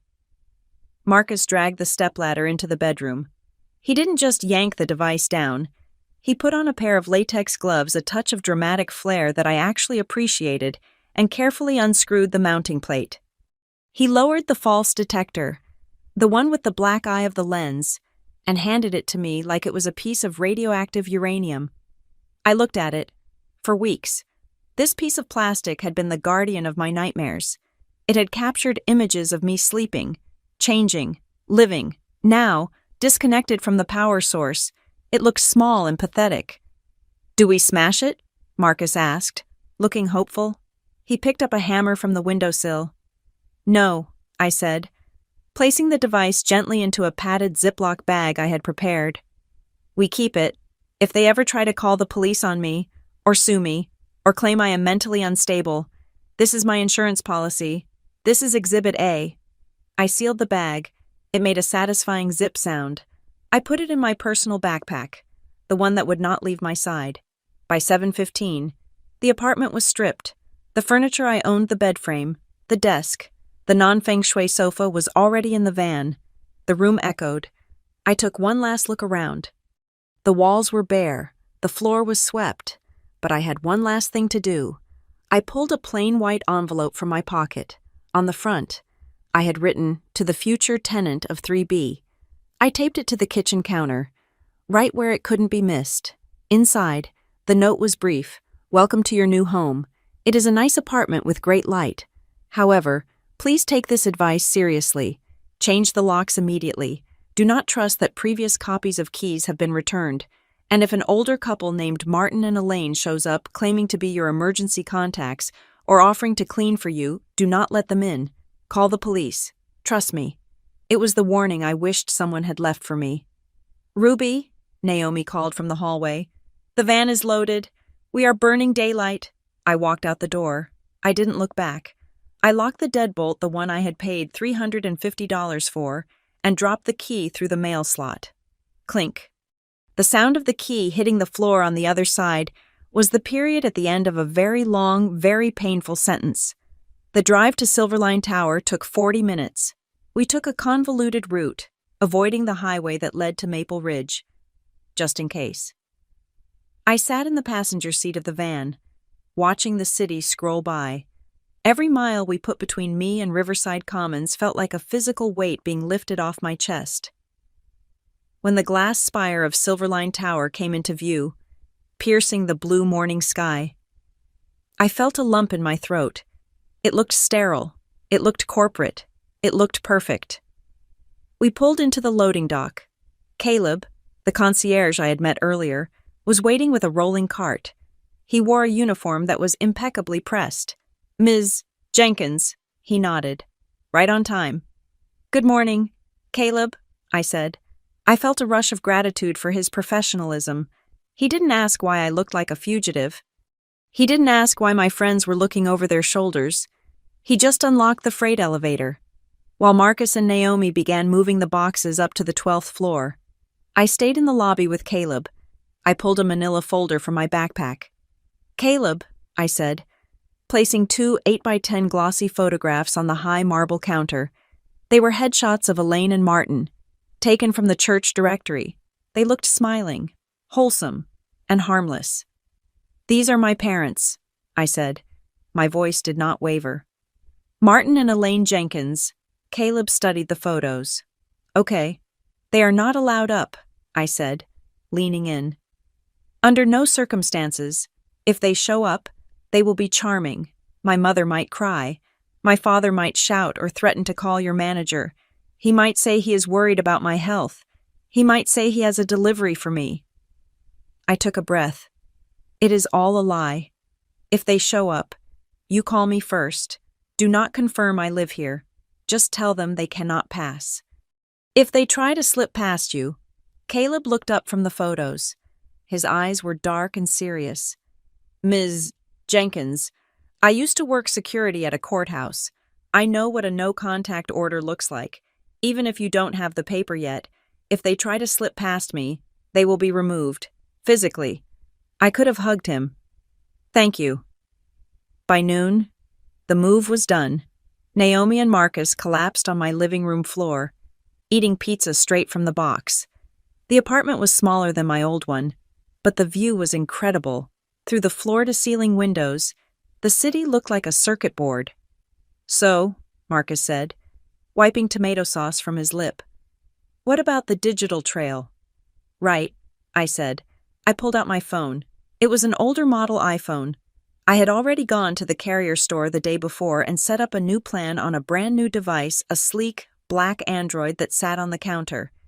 This, I said, holding up the old iPhone, is the quarantine zone. I had ported my main number, the one my friends and work used, to the new Android phone, but I had kept the old carrier plan active on a cheap, pay-as-you-go SIM card I inserted into the old iPhone. I had sent a mass text to my contacts list from the new number. Hey, this is Ruby, new number. Please delete the old one. But I had not sent that text to Elaine, Martin, or anyone with the last name Jenkins. To them. My number was still the old one, the one that was now inside the old iPhone. I am going to keep this one on, I explained to Naomi, turning the old phone over in my hands. But it stays in the drawer, on silent. I will check it once a day. I need to know what they are doing. I need to know the escalation level, but I don't want it in my pocket. Smart, Naomi said. Compartmentalization. They left around 2 in the afternoon, when the door clicked shut behind them. I was alone. The silence in Silverline Tower was different. It was thick and insulated. I couldn't hear the neighbors. I couldn't hear the street. I spent the afternoon unpacking. I put my books on the shelves. I made my bed with new sheets I had bought at Target, plain gray. No floral patterns. I hung my clothes in the closet. As the sun went down, painting the sky in shades of bruised purple and charcoal, I sat on my bed. I listened. The central air conditioning was a steady, white noise drone. It was soothing. I looked at the door. I had locked the handle. I had engaged the deadbolt. And because this was a modern building, there was no chain. But there was a heavy steel latch, 3 layers of steel between me and the world. For the first time in my life, the door didn't lead to a hallway where my mother might be lurking with a key. It didn't lead to a porch where my father might be testing the windows. It led to me. Just me. I lay back on the pillows. I felt a strange cocktail of emotions swirling in my gut. Relief. Yes, it tasted like cold water. But underneath it, there was the sharp, acidic burn of guilt. I was a bad daughter. The thought arrived on schedule. What if they get to the old apartment and find it empty? What if Mom has a heart attack? What if Dad strokes out from the rage? My eyes darted to the nightstand. The old iPhone was sitting there. I had put it in the drawer, but I had taken it out, just to check. The screen was dark. I tapped it. My heart skipped a beat. 14 notifications. They had started. I unlocked the phone. The messages were from Elaine. They had clearly finished their silent retreat early, or perhaps they had broken the rules and checked their phones. Elaine. 4:32 p.m. P.m. Honey, are you home from work? Elaine. 5:05 p.m. I saw a recipe for chicken pot pie I thought you would like. Should I send it? Elaine. 6:15 p.m. Ruby. Why aren't you answering, Elaine? 6:20 p.m. Elaine. 6:45 p.m. Your father is asking if you checked the oil in your car. It is getting cold. They didn't know yet. They were still playing the game. They were still casting the fishing line, waiting for the tug. I stared at the sad face emoji. It was so small, so yellow, so manipulative. I could hear her voice. I could feel the pressure to respond, to soothe, to say, "I'm here, Mom. I'm eating." I checked the oil. My thumbs hovered over the keyboard. It would be so easy to type back. Just a little hit of dopamine to keep the beast asleep for one more day. No. I pulled my hand back as if the phone had burned me. If I answered, I was back in the cycle. If I answered, I was validating their right to intrude. I reached into my bag and pulled out a notebook. Dr. Harris had suggested this. "When the guilt comes," she had said, "you need facts to fight it. Guilt is an emotion. Facts are reality." I opened the notebook to the first page.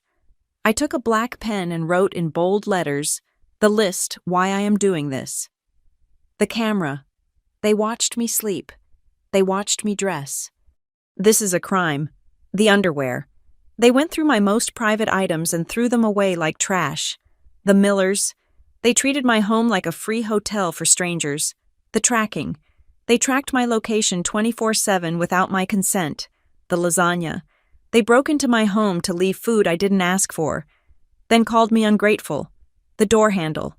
Dad took my door handle when I was 14. He never gave it back. The ledger. Love is not a debt to be repaid. I do not owe them my life because they paid for piano lessons. The emergency. There was never an emergency. They were the emergency. The future. If I don't leave now, I will never leave. I will be 50 years old and asking permission to buy a sofa. Self-respect. I deserve to exist without being observed. I read the list, then I read it again. The guilt didn't disappear, but it shrank. It became manageable. I looked at the old iPhone one last time. I didn't turn it off. I needed the record, but I slid the little switch on the side. Silent mode. I put the phone back in the drawer and closed it. I walked to the window and looked out at the city. Thousands of lights. Thousands of people living their lives behind locked doors. Tonight, I was finally one of them. "I am not punishing you," I whispered to the glass, imagining my parents' faces. "I am just resigning from the job of being your child." I went to the kitchen and poured myself a glass of wine. I drank it standing up, in the dark, in the silence. It was the best glass of wine I had ever tasted. The silence held for 4 days. It was a strange, suspended kind of quiet, like the air in a concert hall just before the orchestra strikes the first chord. I went to work at Redwood Insight Group. I came home to Silverline Tower. I ate dinner on my own plates, looked out at my own view, and slept in a bed that no one watched. The quarantine phone, the old iPhone with the number they knew, sat in the bottom drawer of my new desk. Silenced, face down. I checked it once a day, usually at noon, just to ensure the screen remained dark. Sunday passed, Monday passed, Tuesday and Wednesday passed. I began to wonder if maybe, just maybe, they had simply accepted my absence. Perhaps they had gone to the apartment, seen my car gone, and decided to wait. I was naive. The storm broke on Thursday afternoon. I was in a meeting with the marketing team when I felt the vibration. I had foolishly left the old phone in my bag under the table, rather than at home. It buzzed against the leather of my purse. One long vibration, then another, then a rapid-fire series of short, angry pulses that did not stop. It sounded like a frantic insect trapped in a jar. I excused myself, my heart hammering a rhythm that matched the phone, and walked into the ladies' room. I locked the stall door. My hands were shaking as I pulled the device out. The screen was a waterfall of notifications. 20 missed calls, 12 voicemails, 34 text messages. The names flashing on the screen were Mom and Dad. Over and over. A digital assault. I sat on the closed toilet lid, taking deep breaths, trying to steady my pulse. I did not answer. Answering was not part of the protocol. But I had to know. I had to know if they were hurt, or if they had simply found the void I left behind. I pressed play on the first voicemail. It was stamped to 14 p.m. "Ruby?" It was Elaine. She wasn't speaking. She was shrieking. The sound distorted the tiny speaker. "Ruby, pick up. We are at the apartment. Oh my God. Ruby." The door was wide open. "We walked in and everything is gone. Your apartment is empty. Call me now." There was a sound of hyperventilating, a jagged intake of breath that sounded like she was drowning. "Someone took everything," she sobbed. "The furniture, the bed. They even took oh God, Martin, they took the curtains. Ruby, if you can hear this, if you are hurt, please." The message ended. I felt a cold shiver run down my spine. She sounded terrified. Genuine, animal terror. For a second, the guilt clawed at my throat. I had done this. I had inflicted this panic. Then I remembered the camera in the smoke detector. I remembered the underwear in the trash bag. The guilt receded, replaced by a steely resolve. I played the second message, stamped 2:18 p.m. This was Martin. "This is criminal negligence," he was shouting, not at the phone, but clearly at someone in the room with him. "I am going to sue you. Harlan, you are the landlord. How do you let a gang of movers strip an apartment in broad daylight? My daughter is missing. Do you hear me? She is missing." The phone shuffled, bringing it closer to his mouth. His voice dropped to a menacing growl. "Ruby, listen to me. The police are on their way. Whoever did this, whoever has you, we are going to find them. Do not panic. Daddy is here." I lowered the phone. They had called the police. Of course they had. They couldn't conceive of a world where I left them. So they invented a world where I was stolen. I could picture the scene perfectly, reconstructed from the audio clues and my knowledge of their behavior. They must have arrived at Riverside Commons around 2 o'clock, perhaps with a casserole or a new piece of furniture they insisted I needed. They would have tried the copy I gave them, or the one they bullied Harlan into keeping. It wouldn't have turned. I imagined Martin rattling the handle, getting frustrated, then angry. I imagined them marching down to the first floor, demanding Harlan open the door for an emergency. Harlan, weak-willed Harlan, probably caved under Martin's deacon voice, and then the reveal. They would have pushed past Harlan, expecting to find me sitting on the sofa, or perhaps a messy room they could criticize. Instead, they found a white box, no furniture, no rugs, no trace of Ruby Jenkins, just the nail holes in the walls and the smell of industrial cleaner. They stood in the center of the room, surrounded by the echo of their own footsteps, and faced the one thing they could not control: nothingness. I went back to my desk at work, but I couldn't focus. I kept the phone on my lap, watching the drama unfold in real-time updates. Around 3 o'clock, the tone of the texts changed. "Mom, the police are here. They are asking for your dental records. Ruby, please be alive. Dad Harlan is lying to the officers. He claims you moved. I told them you would never move without telling us. I told them you are vulnerable." Then, at 3:30, my new phone, the Android, the one only a few people had rang. It was an unknown number, local area code. I walked out to the fire escape stairwell to answer. The concrete was cold. "This is Ruby," I said. "Ms. Jenkins?" It was a woman's voice, firm, professional, but not unkind. "This is Detective Miller from the 4th Precinct. I am currently standing in the lobby of Riverside Commons with 2 very distressed individuals who claim to be your parents." "I know," I said. "I am safe. Detective, I am at work." "I figured as much," Detective Miller said. I could hear the weariness in her voice. "Mr. Harlan showed us the lease termination paperwork. It looks like you moved out voluntarily last Saturday. Is that correct?" "Yes, I moved. I did not tell them because of exactly what they are doing right now." There was a pause on the line. "I see. They are insisting this is a kidnapping. Your father is currently threatening to have Mr. Harlan arrested as an accomplice. They are demanding we ping your phone." "Please don't tell them where I am," I said. The fear spiked again, sharp and hot. "Please, you are an adult, Ms. Jenkins," the detective said. "You have committed no crime, and you are not a missing person. You have a right to your privacy. We are not going to disclose your location. She lowered her voice slightly. However, for what it is worth, your parents' behavior is concerning. Your father is quite aggressive. Do you want to file a report? No, I said. Not yet. Just please make them leave. I will handle it. Take care. Ms. Jenkins. The call ended. I leaned my forehead against the cool concrete wall of the stairwell. The police had validated me. A stranger with a badge had looked at my parents and seen not concern, but aggression. It was a small victory, but it felt massive. I could only imagine the scene that followed. Detective Miller walking back to Martin and Elaine, the look on Martin's face when an officer of the law told him to stand down. Sir, your daughter is not missing. We spoke to her. She moved out. She is safe, and she does not wish to be contacted. That was the moment the narrative cracked. Up until that second, they could play the role of the victim. They could be the grieving parents of a kidnapped girl. But the moment the police said she moved voluntarily, the script flipped. I wasn't taken. I fled. And if I fled, there had to be a reason. I went home early that day. I couldn't sit in the office anymore, back in my kitchen at Silverline Tower.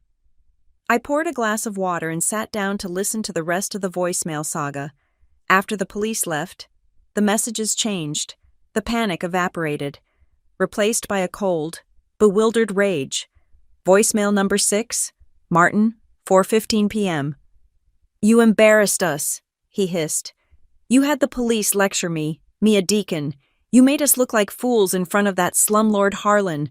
Where are you? You cannot hide from us. Ruby, we are your family. You will call us back immediately and apologize for this stunt. He didn't ask why I left. He didn't ask if I was happy. He only cared that I had broken the image. I had made a scene. Then came the report from the outside world. Around 6 o'clock. My phone pinged with a text from Miguel. He must have heard the commotion or seen the police cars. Miguel, hey, just saw your folks at the church. They stopped by after the cops left your old place. They were making a huge scene in the parking lot, crying to Father Thomas about how you've been led astray and vanished. Miguel, I was walking by. I couldn't help myself. I told them. She didn't vanish. Mr. Jenkins, she just wanted privacy. Maybe if you guys knocked once in a while instead of breaking in, she would have stayed. Miguel, your dad? Looked like he wanted to punch me. But Mrs. Gable and the choir ladies heard it. The vibe shifted. Ruby, people are starting to wonder. I smiled at the screen. A grim, tight smile. Miguel was a hero. The model parent's facade was built on the silence of the child. As long as I didn't speak, they could paint me as the problem. But by leaving so completely, by forcing them to involve the police and create a spectacle, I had inadvertently exposed the cracks in the foundation. I sat in the darkening kitchen, listening to the final voicemail of the day. It came at 8:30 p.m. It was Martin again, but the anger was gone. Or rather, it had been compressed into something denser, heavier. Ruby, he said. His voice sounded old, tired. We are home. We are sitting in the kitchen. Elaine hasn't stopped crying. She made your favorite pot roast, and it is sitting here cold. He paused. I could hear the clock ticking in the background, the grandfather clock in the hallway of the Maple Ridge house. If you are doing this to punish us, he said slowly, you have made your point. You have hurt us. Congratulations. You have proven you can be cruel. He sighed, a ragged sound. Just come home. We will forget this happened. We will forgive you. We will forgive you. The audacity took my breath away. After the cameras, the tracking, the invasion, the humiliation they were offering to forgive me. I whispered to the empty room, my voice steady and clear. No, I said. You still don't understand. This isn't punishment. Punishment is what you do to a child to make them obey. This is not about you. I looked at the phone. This is what it feels like when you no longer have a key to my life. This, I whispered, is a boundary. I didn't call them back. I didn't text. I turned the old iPhone off, placed it back in the drawer, and closed it. I walked into my living room. I turned on the lamp. I sat on my sofa, in my layout, and opened a book. My heart was aching, a dull throb of loss for parents I wished I had, versus the parents I actually got. But beneath the ache, there was peace. They were facing the void. For the first time in 27 years, they were reaching out to grab me and closing their hands around nothing but air. It took me 3 days to build the courage to dial the number. I sat at my new dining table in Silverline Tower. The room was dark, illuminated only by the city lights bleeding in through the floor-to-ceiling windows and the harsh blue glow of my laptop screen. On the table in front of me lay a single sheet of lined paper. It was my script. Dr. Harris had been very specific during our emergency session that morning. "Do not call to explain yourself," she had said, her voice firm. "Explanations are for people who have done something wrong. You have not done anything wrong. You are calling to inform. You are a CEO delivering a press release, not a defendant taking the stand." I looked at the notes I had written in black ink. 1. Do not apologize. 2. Do not give the address. 3. Stick to the facts. 4. If they yell, hang up. My heart was hammering against my ribs, a frantic, bird-like rhythm that made my hands shake. I placed my palms flat on the cool wood of the table. I took a deep breath, counting to 4 on the inhale, holding for 4, exhaling for 4. I picked up the old iPhone, the quarantine phone, from the drawer. I turned off the silent mode. It was 7 o'clock on a Tuesday evening. I knew exactly where they were. They would be in the den. Martin would be watching the news commentary. Elaine would be scrolling on her iPad, likely looking at photos of me from high school, fueling her martyrdom. I dialed the landline. It rang once. "Hello?" Elaine picked up so fast she must have been staring at the handset. Her voice was breathless, high-pitched, vibrating with a manic energy. "Mom," I said. My voice sounded strange to my own ears, lower, flatter. It was the voice of a stranger. "Ruby!" The scream was so loud I had to pull the phone away from my ear. "Oh God, Ruby!" "Where are you? Are you okay?" "We have been out of our minds. How could you do this to us? I haven't slept in 4 days. I thought you were dead in a ditch." "I am safe," I said. I looked at point number 1 on my list. "Do not apologize." "I am safe, and I am healthy." "Then tell us where you are," she sobbed. "We are coming to get you, right now. Just tell me the address. Baby, we will come and fix this." There was a scuffling sound on the line, a fumble of plastic against hard surfaces. Then, Martin's voice cut through the air like a serrated knife. "Put her on speaker, Elaine." It wasn't a request. It was a command. "Ruby," Martin barked, "you listen to me. This game ends now. You have embarrassed this family enough. You have the police involved. You have the neighbors talking. You tell me where you are this instant, or so help me God." "Why did you go into my apartment on Thursday?" I interrupted. I didn't shout. I didn't match his volume. I just dropped the question into the middle of his tirade like a stone into a pond. There was a pause, a beat of confusion. "What?" Martin sputtered. "The apartment at Riverside Commons," I said, reading from my script. "You went there on Thursday afternoon. You bullied the landlord into letting you in." Why? Elaine's voice came back, shrill and incredulous. "Because you weren't answering your phone. We thought you were hurt. We are your parents, Ruby. We were worried sick." "Worry is not a search warrant," I said. "Don't you give me that legal mumbo-jumbo," Martin snapped. "We had every right to check on you. When a child disappears, parents take action. If you hadn't been acting like a fugitive, we wouldn't have had to drive into the city." "I wasn't missing," I said. "I was at work, and you didn't just check on me. You tried to enter a home I no longer lived in.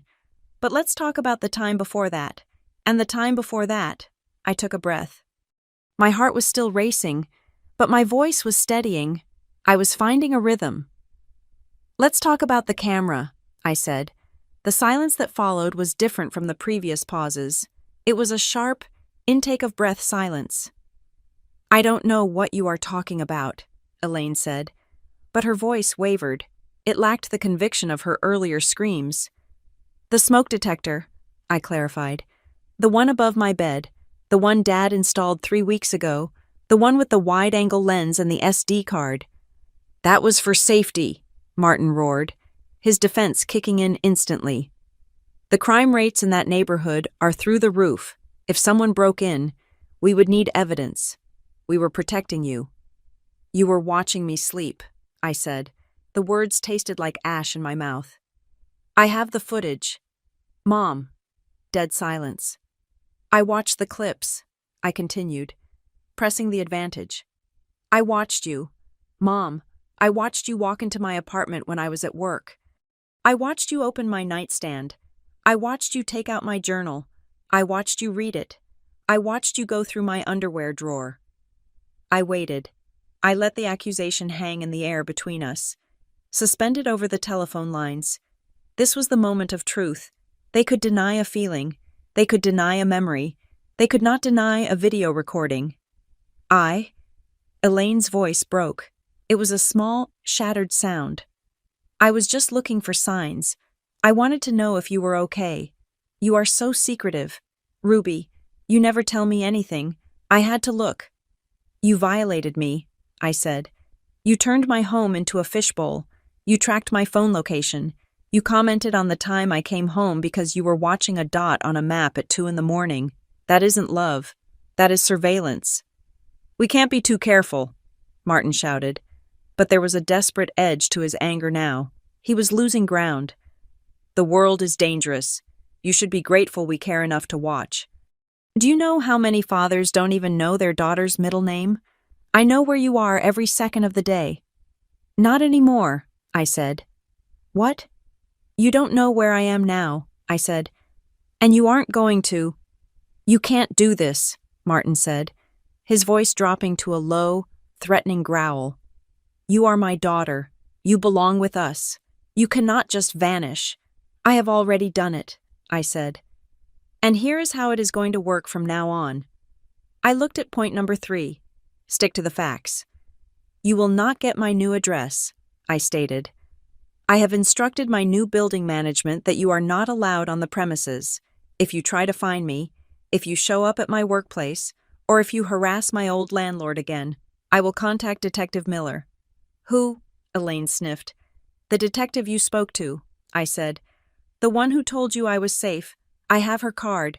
I have the SD card from the camera. I have a log of every time you entered my apartment without permission. If you force me, I will file a restraining order.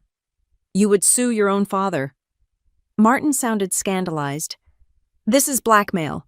You are blackmailing us with your own safety. No, I said. This isn't blackmail.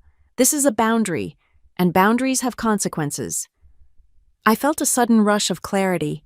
I had spent my life thinking that I was powerless against them, that their love was a tsunami I just had to drown in. But I wasn't drowning. I was standing on high ground. You have been breaking into my life since I was 14 years old, I said, my voice quiet but hard as a diamond. You took the door handle off my bedroom. You read my diaries. You tracked my phone. You let strangers sleep in my bed. You thought you owned me. You were wrong. Ruby, please. Elaine was weeping now.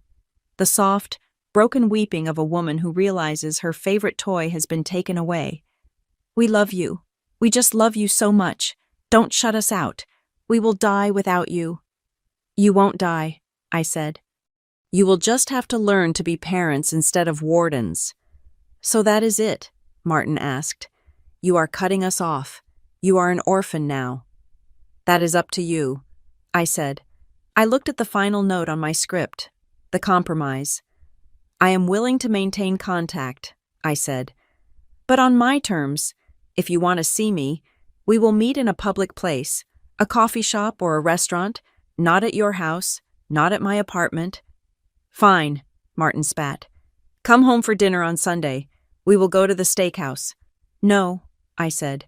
We will meet in the city, and I am bringing a friend. A friend?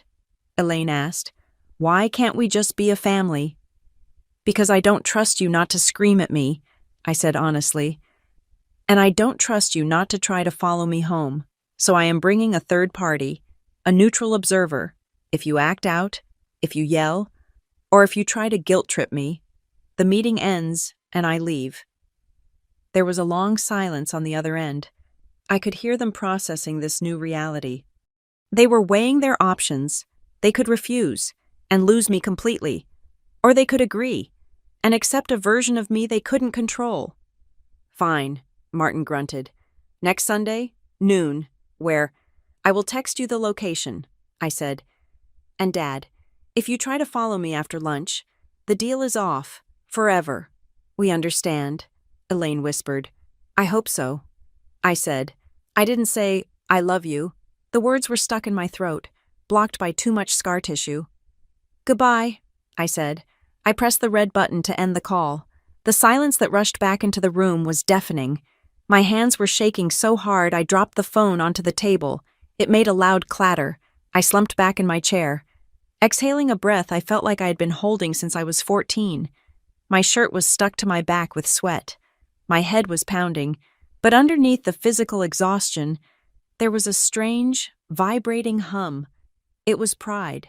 I had done it. I had stood in the fire and I hadn't burned. I picked up my new phone, the Android. I opened my messages and found the contact for Jenna. Jenna was Naomi's college roommate. She was a defense attorney who specialized in family law. Naomi had introduced us over drinks 2 days ago, and Jenna had listened to my story with the sharp, predatory grin of a woman who enjoyed destroying bullies. Me. "I did it. I called them." The response came back 20 seconds later. "Jenna, and did the walls fall down? Me no." But I set the terms. They agreed to meet. Public place. Next Sunday. Jenna, good. Do you still want backup? I looked at the empty chair across from me. I thought about Martin's rage. I thought about Elaine's tears. I knew that one phone call didn't erase 27 years of programming. If I went alone, they would find the cracks in my armor. They always did. Me. "Yes, please. I need you there. Jenna. I'll be there. I'll bring my resting bitch face. They won't know what hit them." I put the phone down and walked to the window. The city below was a grid of light and shadow. Somewhere out there, in the suburbs, 2 people were sitting in a house full of resentment, trying to figure out how to pick the lock of a door that no longer existed. They didn't know that I had changed the architecture.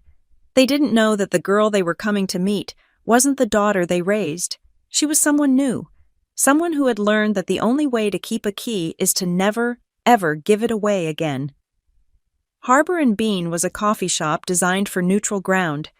It had exposed brick walls, soft jazz playing at a volume that discouraged eavesdropping, and tables spaced far enough apart to allow for secrets. I arrived 20 minutes early. I chose a table near the window, not because I wanted to look out, but because I wanted to be visible to the street. I wanted the public nature of the space to be my shield. 3 tables away, Jenna sat behind her open laptop. She looked like any other freelancer working on a Sunday, sipping an iced Americano, but I knew she wasn't working. She was watching. We had established a signal if I touched my left ear. She would intervene. If things got physical, she would call the police. At 12 o'clock sharp, the bell above the door chimed. I watched them walk in. In my mind, Martin and Elaine were giants. They were looming figures who filled every room with their expectations and their judgments. But as they hesitated in the doorway, scanning the room, I was struck by a sudden, jarring realization. They looked small. Martin's shoulders, usually squared in a posture of authority, were slumped forward. His polo shirt looked slightly loose around the neck. Elaine looked exhausted. Her makeup was applied with a heavy hand, trying to cover the dark hollows beneath her eyes, but it only settled into the lines of her face. They didn't look like the terrifying wardens of my childhood. They looked like 2 aging people who hadn't slept in a week. They saw me. Elaine's hand went to her throat. They walked over, their steps tentative, as if they were walking on ice. They stood at the edge of the table, waiting. They were waiting for me to pull out the chair. They were waiting for permission. "Hello?" I said. I didn't stand up. "Ruby," Elaine breathed. She looked like she wanted to hug me, but something in my posture stopped her. Sit down, I said. They sat. The silence that settled over the table was thick and suffocating. A waiter came by, sensing the tension, and quickly took their orders for black coffee before retreating. You look thin, Elaine said. It was her default setting, criticism wrapped in concern. I am healthy, I replied. Let's not do the small talk. We are not here to catch up on the weather. Martin cleared his throat. He wrapped both hands around his water glass, his knuckles white. We just want to understand. Ruby, that is all. We want to know why you have cut us out like a tumor. I haven't cut you out, I said. I have relocated. There is a difference. I reached into my tote bag. I pulled out a black folder. It wasn't the flimsy notebook I used for my therapy homework. It was a professional presentation binder. I opened it and slid it across the table. What is this? Martin asked, looking at it with suspicion. It is a timeline, I said. Read it. They looked down. The first page was a spreadsheet. It listed every single unauthorized entry into my apartment at Riverside Commons over the last 6 months. It included dates, times, and the specific nature of the violation. October 4th, 2 p.m., unauthorized entry, moved furniture, November 12th, 1 p.m., unauthorized entry, left food, read mail, November 20th, unauthorized entry, guests slept in bed. I flipped the page.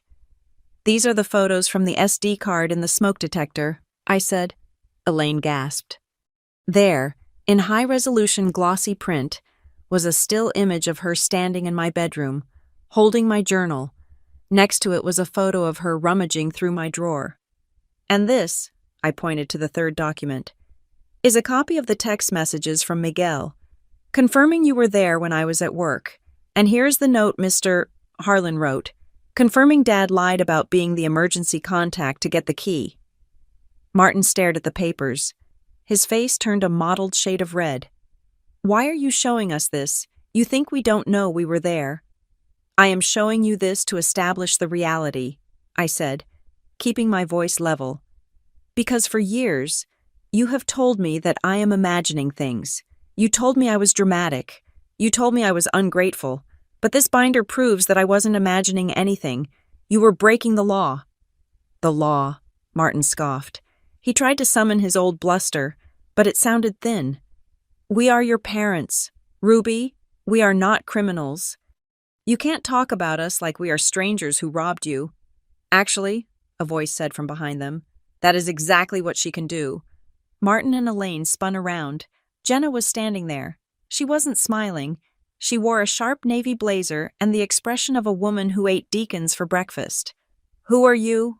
Martin demanded.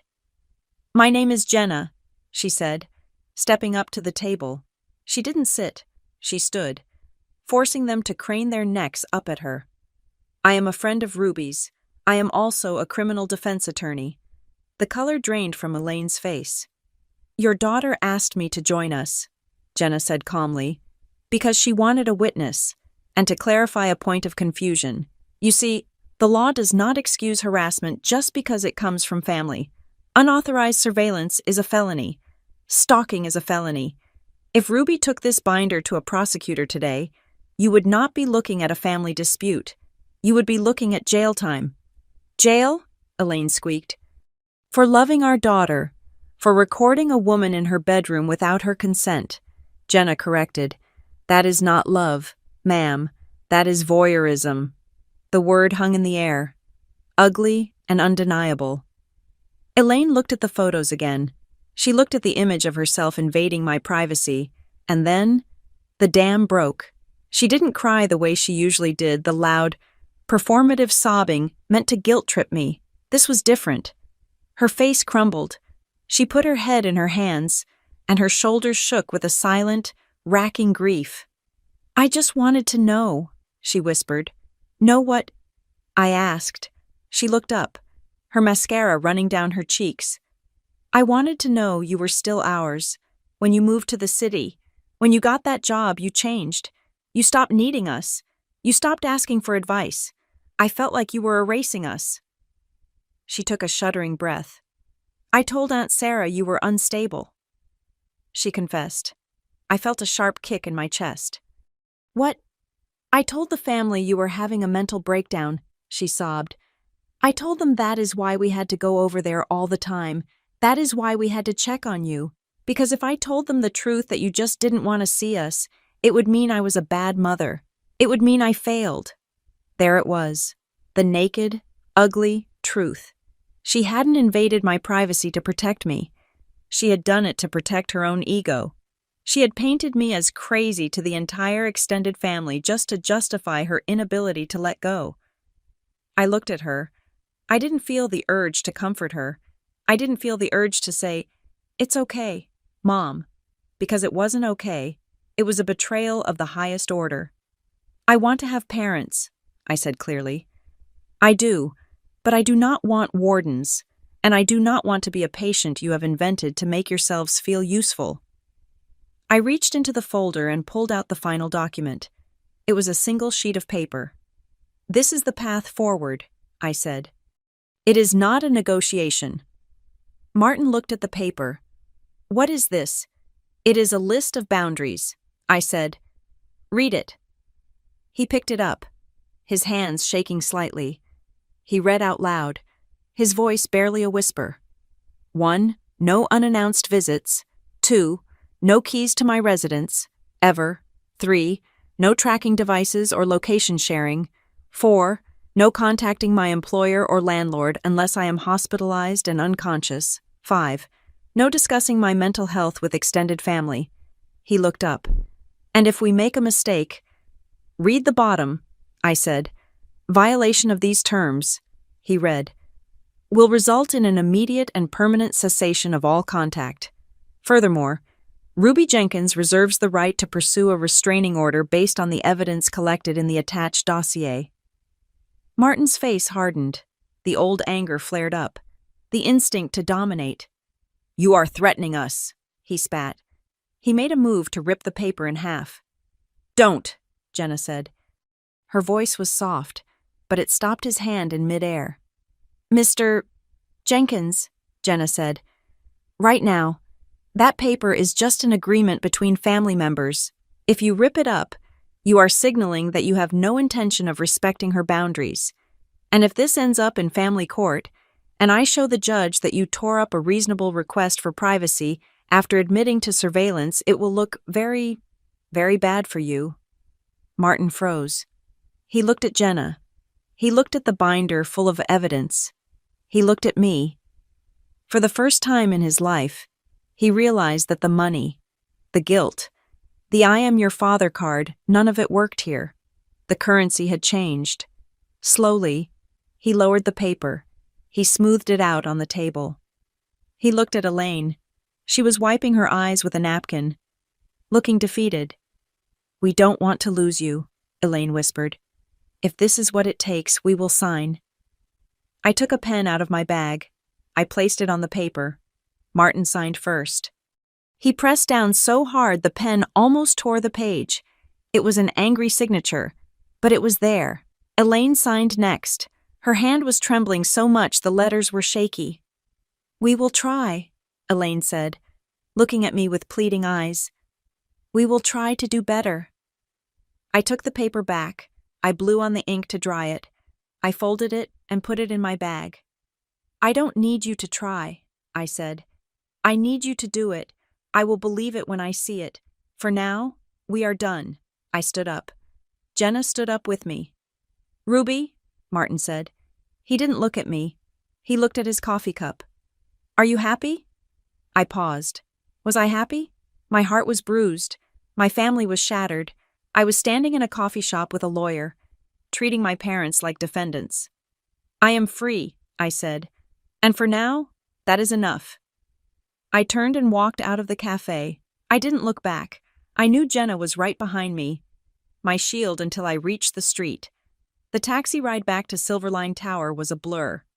I watched the city pass by, feeling lighter with every block. The dossier was still in my bag, but it felt different now. It wasn't a weight. It was a closed case file. When I walked into the lobby of Silverline Tower, the late afternoon sun was turning the sky a deep, bruised violet. The light hit the glass walls of the lobby, making the whole space glow. Caleb was at the desk. He looked up as I approached. He saw my face, probably pale, probably looking like I had been through a war, and he didn't ask any questions. He just pressed the button to unlock the inner glass door. "Welcome home, Ms. Jenkins," he said. "Thank you, Caleb," I said, and I meant it. I rode the elevator to the 12th floor. I walked down the silent hallway. I put my key, the only key, into the lock. It turned with a smooth, heavy click. I stepped inside. The apartment was exactly as I had left it. The book was on the sofa. The coffee mug was in the sink. The air was still and cool. No one had been here. No one had moved the rug.